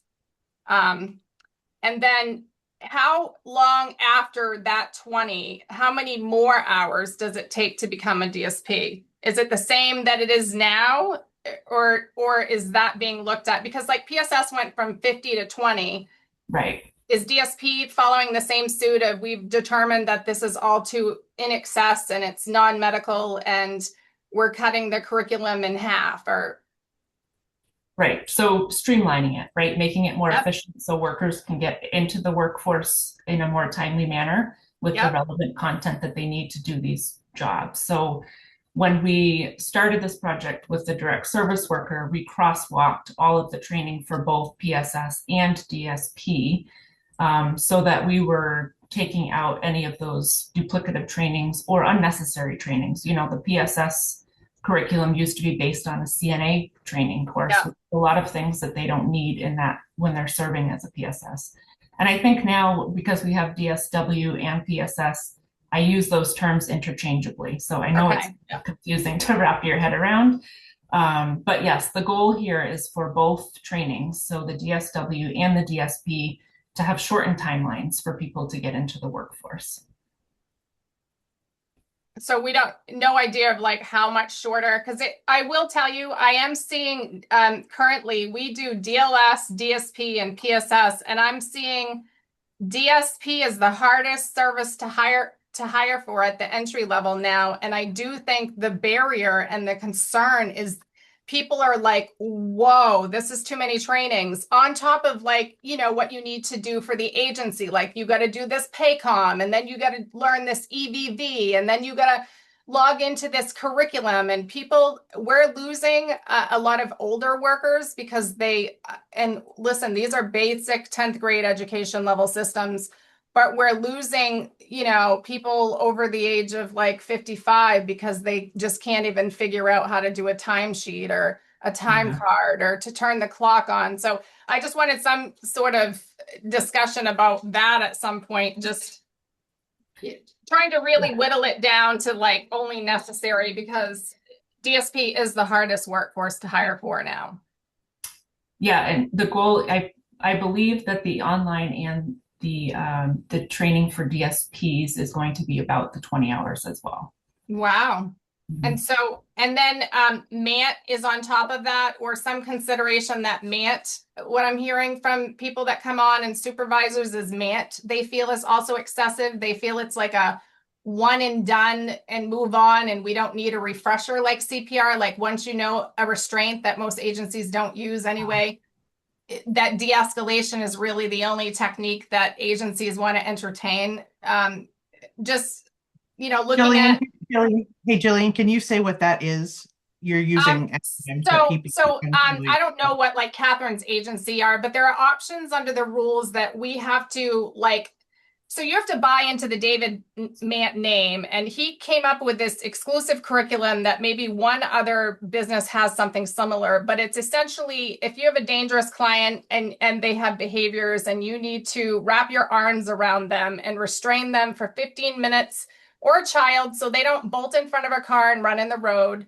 And there's main care implications for that because you can't bill while you're doing that, aside from that. But David Mant's an expensive name you buy into for DSP, and you have to pay $3,000 a year per trainer. So right there off the bat, it's a struggle because it's not portable to the agency. So if Caroline quits in 2 weeks, I've got to pay another $3,000 for Sarah, and then Sarah's on a medical leave.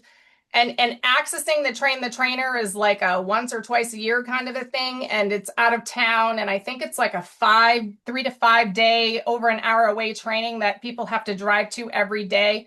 So it's not like staggered for like, there are 4 or 5 trainings this month. They're like, it's this whole week and you have to pull this HR person to go learn it. But it's expensive, and it's something I've heard across the board that it's not really necessary. I don't know if there are other providers here. Like I know Catherine must have to have it, but it's just the only technique in MANT we use is de-escalation because we're a no-hold agency. Like the only time we would restrain somebody is if like it was a child bolting across the street or off the school bus, but now you got to hold their hand. But so Jillian, we only have so much time, so I'm gonna ask if you've got a specific question. I thought it was an acronym you were using when I asked what it was. We don't really need to know the details. What so is just the specific question you're asking? specifically, are you looking at de-escalation training changes? Because if you were to survey the majority of ID agencies, I would say, and Catherine can speak because she would know more than me. She's more in the thick of it than me, but I do community and home and day program, and my employees complain that, Jill, it's like riding a bike. I don't know why we have to recertify this. You do it once. It's just like, I mean, I get the CPR aspect of that, but is there a consideration to change from MAT or de-escalation to something that's not, say, 40 hours of training on a recert? Because like we eliminated CRMA before it got to this level out of a requirement of trainings for, like, say, DLS. We were successful in doing that, but during the pandemic, we tried to, get rid of MAT. I have to say, I think this is the first that I've been asked this question, so I'm going to have to go back and dive more into that for you, Jillian. But I appreciate it's excessive, it's expensive, it's wasteful, and when you're talking about cost, it's a lot for agencies. So just some consideration that, that maybe a 2 or a 3 hour course is plenty over 20. I think a MAT is well over 24 hours, isn't it? Right. I guess I would just speak. I mean, an agency can submit their own course and get that approved too. So it doesn't, and there's, other ones. So it might be a discussion, Jamie, that maybe we could, I think it's an IDD issue. So I think maybe MACSP could converse with you on that a little bit and try to get like kind of the general. But I think for the purposes of this, I think the point that, in the universal credentialing, can the other requirements beyond that initial requirement be considered in looking at the length of the trainings and what's required to onboard an employee? Because it is, I would agree with Jillian, it is daunting for somebody who may be coming from being a grocery store clerk to have to go through all of these trainings and get themselves on board to be able to work. And so if there's some way we can bridge that and obviously we want people trained, but finding that kind of right mix. Yeah, sure. Thank you for that.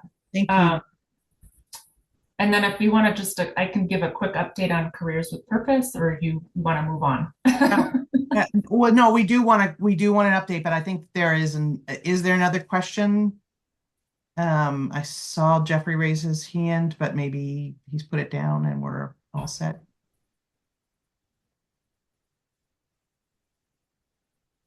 It sounds like maybe we're all set. So yes, go ahead, Jamie, and you could share information on the Careers with Purpose. That would be great. Yeah, so it's Careers with Purpose transition. So we have the Careers with Purpose marketing campaign that has been very successful, again, in elevating the voice of our workers. And, Nicole just spoke a little bit about the day in the life videos, and Jess, I saw you put that in the chat. So those, I think, they're great materials to continue to use for recruitment and retention and overall awareness of the roles. We had originally worked with HCBS workers and looking at direct care workers in the campaign, expanded that to some BH roles as we continued through June of this year. And the campaign, the website is still live, and there's still materials there that can be accessed and utilized and seen across social media and other platforms. There's a new leg of the campaign that's focusing on rural health care providers, which runs through the end of this month, actually, for new content and looking at out-of-state clinicians to come to the wonderful state of Maine and practice in our vacation land. And then there's another leg that's going to be happening with a lot of our BH roles in the 988 campaign. So the department has been able to maintain that Careers with Purpose website and campaign through December of 2026. And as part of the rural health transformation project that the state and all states just applied for, there's some additional requests in our plan for that through that grant. We won't hear from CMS yet what is going to be approved, but I will put into the chat the link from the website. So if anyone wants to either get a shortened version of some of the topics that we submitted for, or projects that we submitted for, there's also a very lengthy document if you really want to dive into some of those details. Well, I am curious, actually, Jamie, if you have any sort of a summary that you could share, if there's anything specific related to growth of the this particular part of the healthcare workforce? There are so many facets to it, and we really have no idea what CMS is going to approve. So I think the link is going to be the best kind of way to peruse through there and kind of get whatever you're looking for. So as I understand it, then I thought that it had been approved, but we don't know the specifics yet, and I also know we don't know how much money. Right.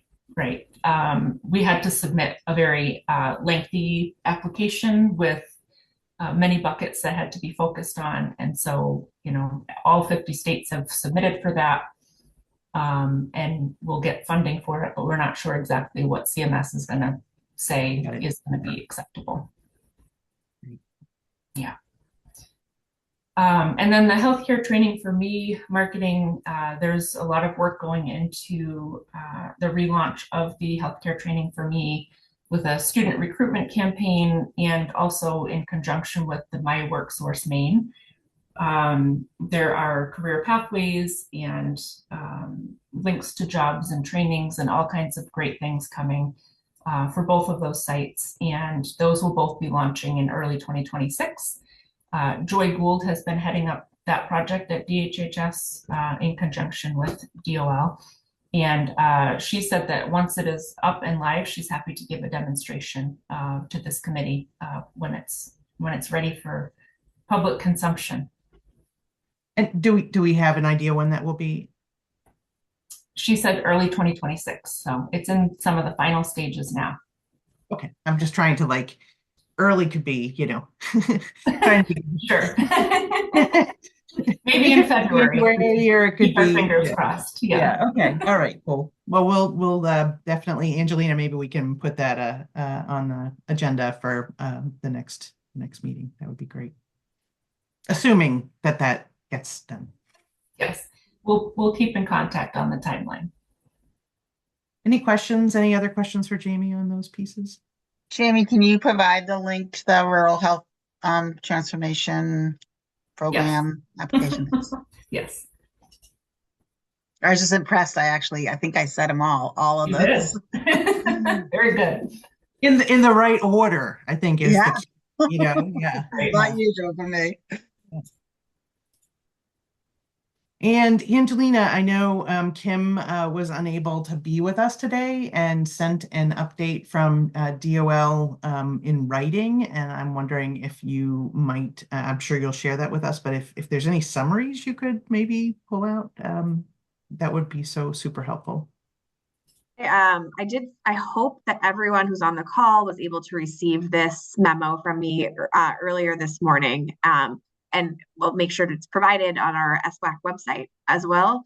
It speaks to a lot of what Jamie was talking about, right? So that healthcare training for me website, DHHS beautifully made. The original beta version of it, which this is the next iteration, will be making lots of huge improvements on it. And to make it better and boost it and advertise it, we learned so much from its initial version for this new version that should be launching soon. But even the initial version alone, I think a really fun highlight is that it had more than 63,000 unique views. So that's Mainers with a unique IP address accessing this website to learn about training opportunities, to bridge that gap between training opportunities, employers, and job seekers. And the other piece of that is it also had some extra funding from Maine Jobs and Recovery in their tuition remission program. And that program is almost over, right? That it's coming to its beautiful end. So we funded 1,645 healthcare workers.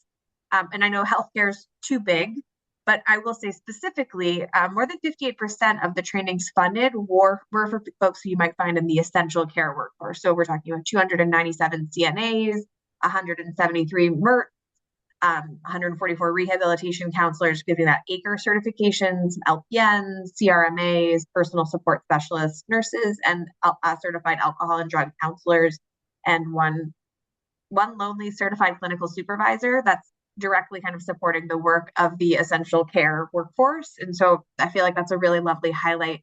What we've noticed with this is these workers, when they receive our funding, is that they stay in Maine.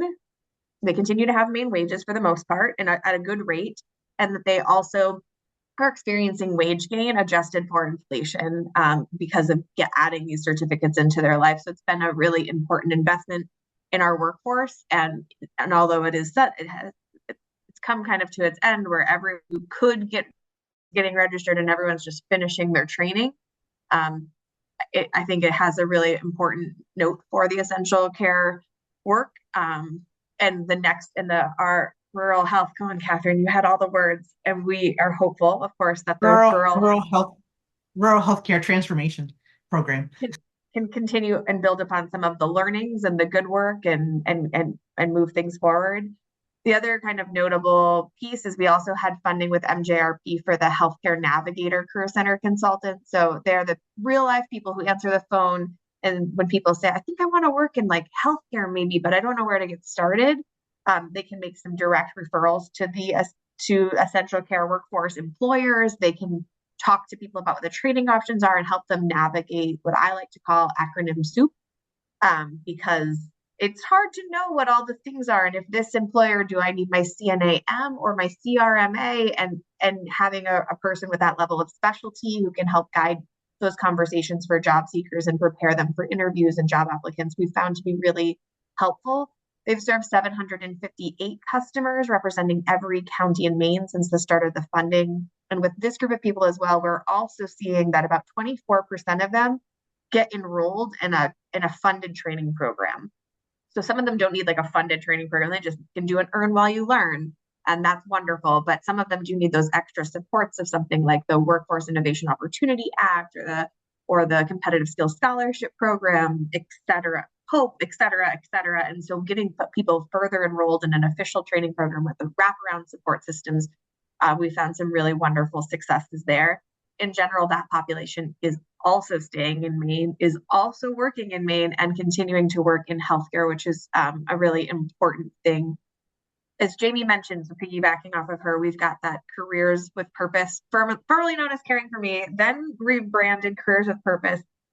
Those marketing efforts under Careers with Purpose did account for 34% of all the leads that the healthcare navigators got while that was live and happening, which is, I think, a very, very exciting thing. And then at risk of being repetitive again, I'll just say the day in the life videos. We contracted that out last year, approximately a year ago. The videos took a while to find the right people. Huge thanks to Nicole and the LTCOP team for finding people who were willing to share their story and make a real video that could support recruitment for everyone. So we are really excited that those videos are available, evergreen. Anyone can use them to help as a recruitment tool. So far, 142,000 plus people have viewed the videos, and employers can borrow these from we have the LTCOP posting them so that way they can always be used by anyone who would ever need them. And I know that DHHS did some additional videos as well, just to kind of bridge that gap in knowledge about like what is that job and would I be a good fit for it? Because one thing that I know really is tough is when you hire someone and on day 2 they're like, I actually don't like that, and then they leave. And so hoping to make sure people know what to expect a little bit better and be more prepared so they can be successful in those careers. And sorry, how about you? And I hope that's helpful. No, it's super, super helpful. Thank you. And I may have missed it and you may not know the answer. But what's the plan for keeping the navigators? Do we have a plan? We have We have funding for them that we are able to leverage in other grant opportunities that we're writing until at least June 2026. And we're hopeful that other grant opportunities will come in to continue their good work. That's great, because I think they've been really helpful. I really have found that this is what people need, who are trying to figure out what they want to do. Like a live person to help them is really, we hear it over and over again. So that's great. And even if like the funding were to not persist, the specialty, the knowledge of these staffers who continue to work remains, right? So there's to have the right, like we will make sure people remember we've got the staff who are now trained and have really learned a lot, regardless of the position they sit in. So hopefully we can continue to use them no matter what happens in a worst case scenario. And while it may not be fair because Angelina is not Kim and she's just reporting out what Kim wrote in a document, does anybody else have a question to clarify with DOL? See how I did that? I shifted to. Thank you, Jess. All right, hearing none.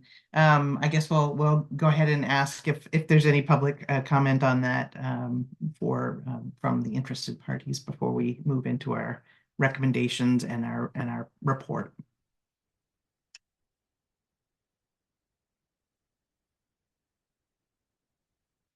All right, hearing none. So as I mentioned, we have an obligation to file an annual report with the legislature, with the committee, the Health and Human Services Committee, January or the end of December. I can't really recall, but when they're back. Did we just lose somebody? Oh, we lost Representative DeBrito. So one question I have for you all, based on what you heard today, before we get into the report, based on what you've heard today, are there any recommendations that you would want to be considered, sort of as we are having a conversation with the legislature beyond what we have already done? Is there anything that you would like to say, well, we should really propose X, Y, and Z? So I'm just going to open the floor for basically discussion, broad discussion on what we heard today and whether or not there's anything that you would recommend that we consider, we share with the committee to consider. I think recommendation that there be an organized maybe it's a DHHS recommendation, I'm not sure, but or DOL organized effort to examine the impact of immigration enforcement on our workforce, and as that relates to access to care and something that I'm sure, Jess, you can turn into magic words on my behalf. I think it's also about, I mean, clearly based on what we've heard, jeopardizing the safety of people who are reliant on these workers for care and support. And I think another thing. Wait, Catherine, before you go, I saw Mary Jane wanting to respond to that. So I was just going to agree with Catherine, and not only the safety, but it's decreasing the numbers if people aren't coming in afraid that that's going to happen. So that's all. And I think, also, I think I heard it in what Angela was saying, and also in certainly, I know in our field, just the impact of the lack of COLA and the lack of commitment to ensure the COLA meeting 125%. I mean, I think that was, from my view, that was the single best thing that happened to start to turn around our workforce. And without it, it just immediately starts an erosion. And you can see it very clearly in at least two industries. I'm sure there's others, but in sort of the nursing home, long-term care, and in IDD services. Yeah. So, follow the law. I guess that's a little abrupt way to say it, but but something I think from this committee that was huge work, and it really, I think I think it really helped. And I can say from our agency, we have seen the erosion in just 1 year. And it's the unknown that affects providers, but it's also the unknown that affects the individuals, right? The employees, the essential support workforce. If they know they could anticipate a raise every year, they can see some type of upward mobility, and without that, they look elsewhere, right? And it just created. There was hope, and then now it's like we don't even know. I mean, 1%, thank you, but it doesn't cover nearly what the cost of living really truly is for people. So I think that what I am hearing as a recommendation is sort of twofold. One, that this committee make a finding that the lack of COLAs that are anticipated by statute. See what I did there? Good. The lack of COLAs that are anticipated by statute has had a negative impact on the workforce across all sectors. And that we would recommend that those be prioritized as a means of, I'm assuming you're writing this down, Angela. as a means of moving back to a system of predictability and stability for this workforce. Yeah, absolutely. Another recommendation I would have is for the ongoing efforts of quantifying the number of people not able to be served because of the workforce issues. I know we touched a little bit on that today with some data, but I don't think we can give up on that until we have a good idea. I completely agree. The thing that was I mean, I am the chair, but I'm going to now be the advocate. The thing that is that I think that is most troubling for me in what I heard was the department is in charge of this, and this committee actually started that recommendation, and we're supposed to be working collaboratively. And I actually would make a recommendation that the department be required to engage this committee as it designs what that report is going to look like and what that data is going to look like. I find that actually pretty offensive to say that, we passed a statute, we recommended the statute. We are actually the only entity that provided testimony in support of this bill. It was part of our recommendations for 2 years, and that we haven't been consulted at all seems, and that what I heard was the department is going to be the one who's saying what data will be collected and how. So I feel like that is a recommendation that should be pretty straightforward, that this committee exists for the purpose of advising these very issues, and we should be engaged at least in the conversation as a partner in considering what this looks like.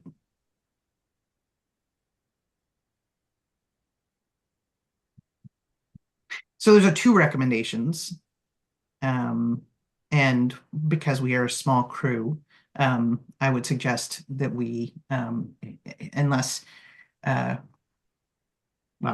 we could certainly take a straw vote right now, but I would suggest to us that we have to, sort of send these recommendations to the full advisory committee and ask for feedback on those before we would include either one of them as a committee. And so maybe we could do that, Angelina. Anything else that anybody heard or thoughts on those?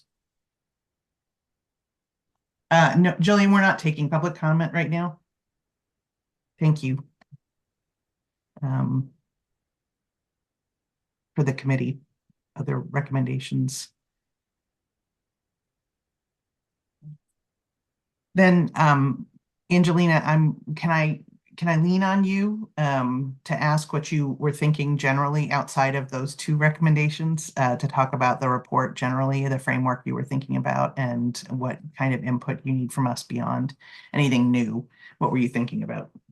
Yeah, so we have a really lovely kind of frame template that we've used in the previous years. And so I'd like to go ahead and follow that similar template for this year, where there's a meeting summary option, the kind of some of the slides and written memos are all put in the appendix. And so what I'm thinking about doing in terms of process is you all have at least 3 topics that I owe you in an email. Number 1, do you want to be reappointed? Number 2, do you agree with the recommendations that we're going to put in writing? And then 3, once all of that is kind of done, would you take a look at a draft version of the report? And then as a committee, we can take all of your feedback, ideas, wordsmith, etc., and produce a final copy, hopefully in time to meet our ambitious end of year deadline. I think it's due January 1st, which might mean it's due December 31st, or might mean it's due January 2nd. Anyway, so we've got this ambitious timeline. So I'm thinking about, stay tuned for an email from me that says appointments for the future. So we can include kind of maybe that in the annual report. Do you like the recommendations as I have them wordsmithed and recorded? Lovely. And then also, do you approve of including them?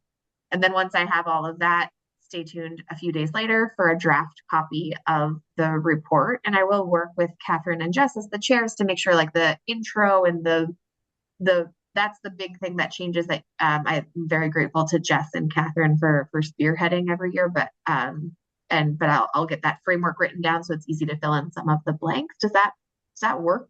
Is there something else I could do? Is there anything I could do differently? Well, I just want to make sure. Oh, and thanks, Representative, for joining us back. Sorry you had tech problems. And I'll ask you the same question when I finish this thought. Then, will you summarize the votes that we took earlier this year around the COLA? So we did weigh in on the COLA. We sent a letter to the Appropriations Committee, and we haven't weighed in on LD 1932 because it hasn't come up for public hearing. But we did agree to weigh in on I think 5 of the 6 proposals in LD. And by the way, 2 of those proposals are ours. So just will you be including that as well? Yeah, I think in my brain, I had it kind of falling specifically in the section of the summary of the special meeting, but it probably also needs to kind of be in the other, like the intro section of like actions we've taken. So I'll try to make sure I will do my very best, and I'm grateful for any support you all can provide me to make sure that everything you want highlighted is highlighted every place it can be. Absolutely. And I just, I think what we're talking about, in these second, sort of these second recommendations, what Catherine just lifted up is really consistent with that, sort of that vote we had earlier around supporting the COLAs, the inclusion of the COLAs into the supplemental budget. So Representative DeBrito, and you certainly do not have to add anything, but but when you dropped off, asked if anyone had any recommendations that they would like the committee to consider based on what was heard today. Yeah, thank you very much for asking that question. So as of right now, I don't. So today was my first day, so I'm taking all of this in. So I'm gonna process all of this. So if I have any question, I'll definitely follow up. Terrific. And if there are things that you would like to hear or learn about in the future, please let us know too, as we're designing the agenda for the next meeting. Sounds good. Thank you. The 4th email that you all will be likely receiving from me, just true confessions, is every year at the beginning of the year, we try to set the pattern for like, hey, maybe if it's first Monday on a Tuesday upside down on a snow day, we could get a pattern for these meetings to put on our website and make it easier for people to save the date on their calendar. And so I know that the time that we have had reserved has had a pattern. So I'm hoping that we can get the committee to kind of weigh in on would that pattern work in the new year, or is there a better pattern? But I'll hold on that until you confirm you actually want to continue to hang out. Yeah, that's great. And I know for sure that we're available on the 8th day of the 13th month. All of us. At any time. February 29th as well is always a good day. Yeah, always a good one. Yeah. Or February 30th. I like that day too. So I think, Angelina, unless you need more from us on the report, I could actually say I think we are going to be done early, like a lot early.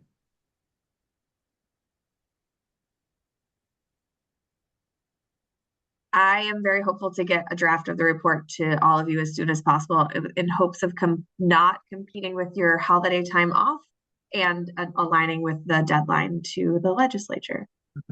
Well, I know you will. So thank you. And you've got 45 extra minutes to work on it. I know. I'm going to get today's meeting all summarized up in no time. All right. Any last thoughts, comments, questions from committee members before we adjourn? All right, then I am thankful for all of you for participating today and wishing you all a very happy holiday. You too. Happy holidays. Folks. Thank you. Thank you. Thank you. Bye-bye. Bye. Bye.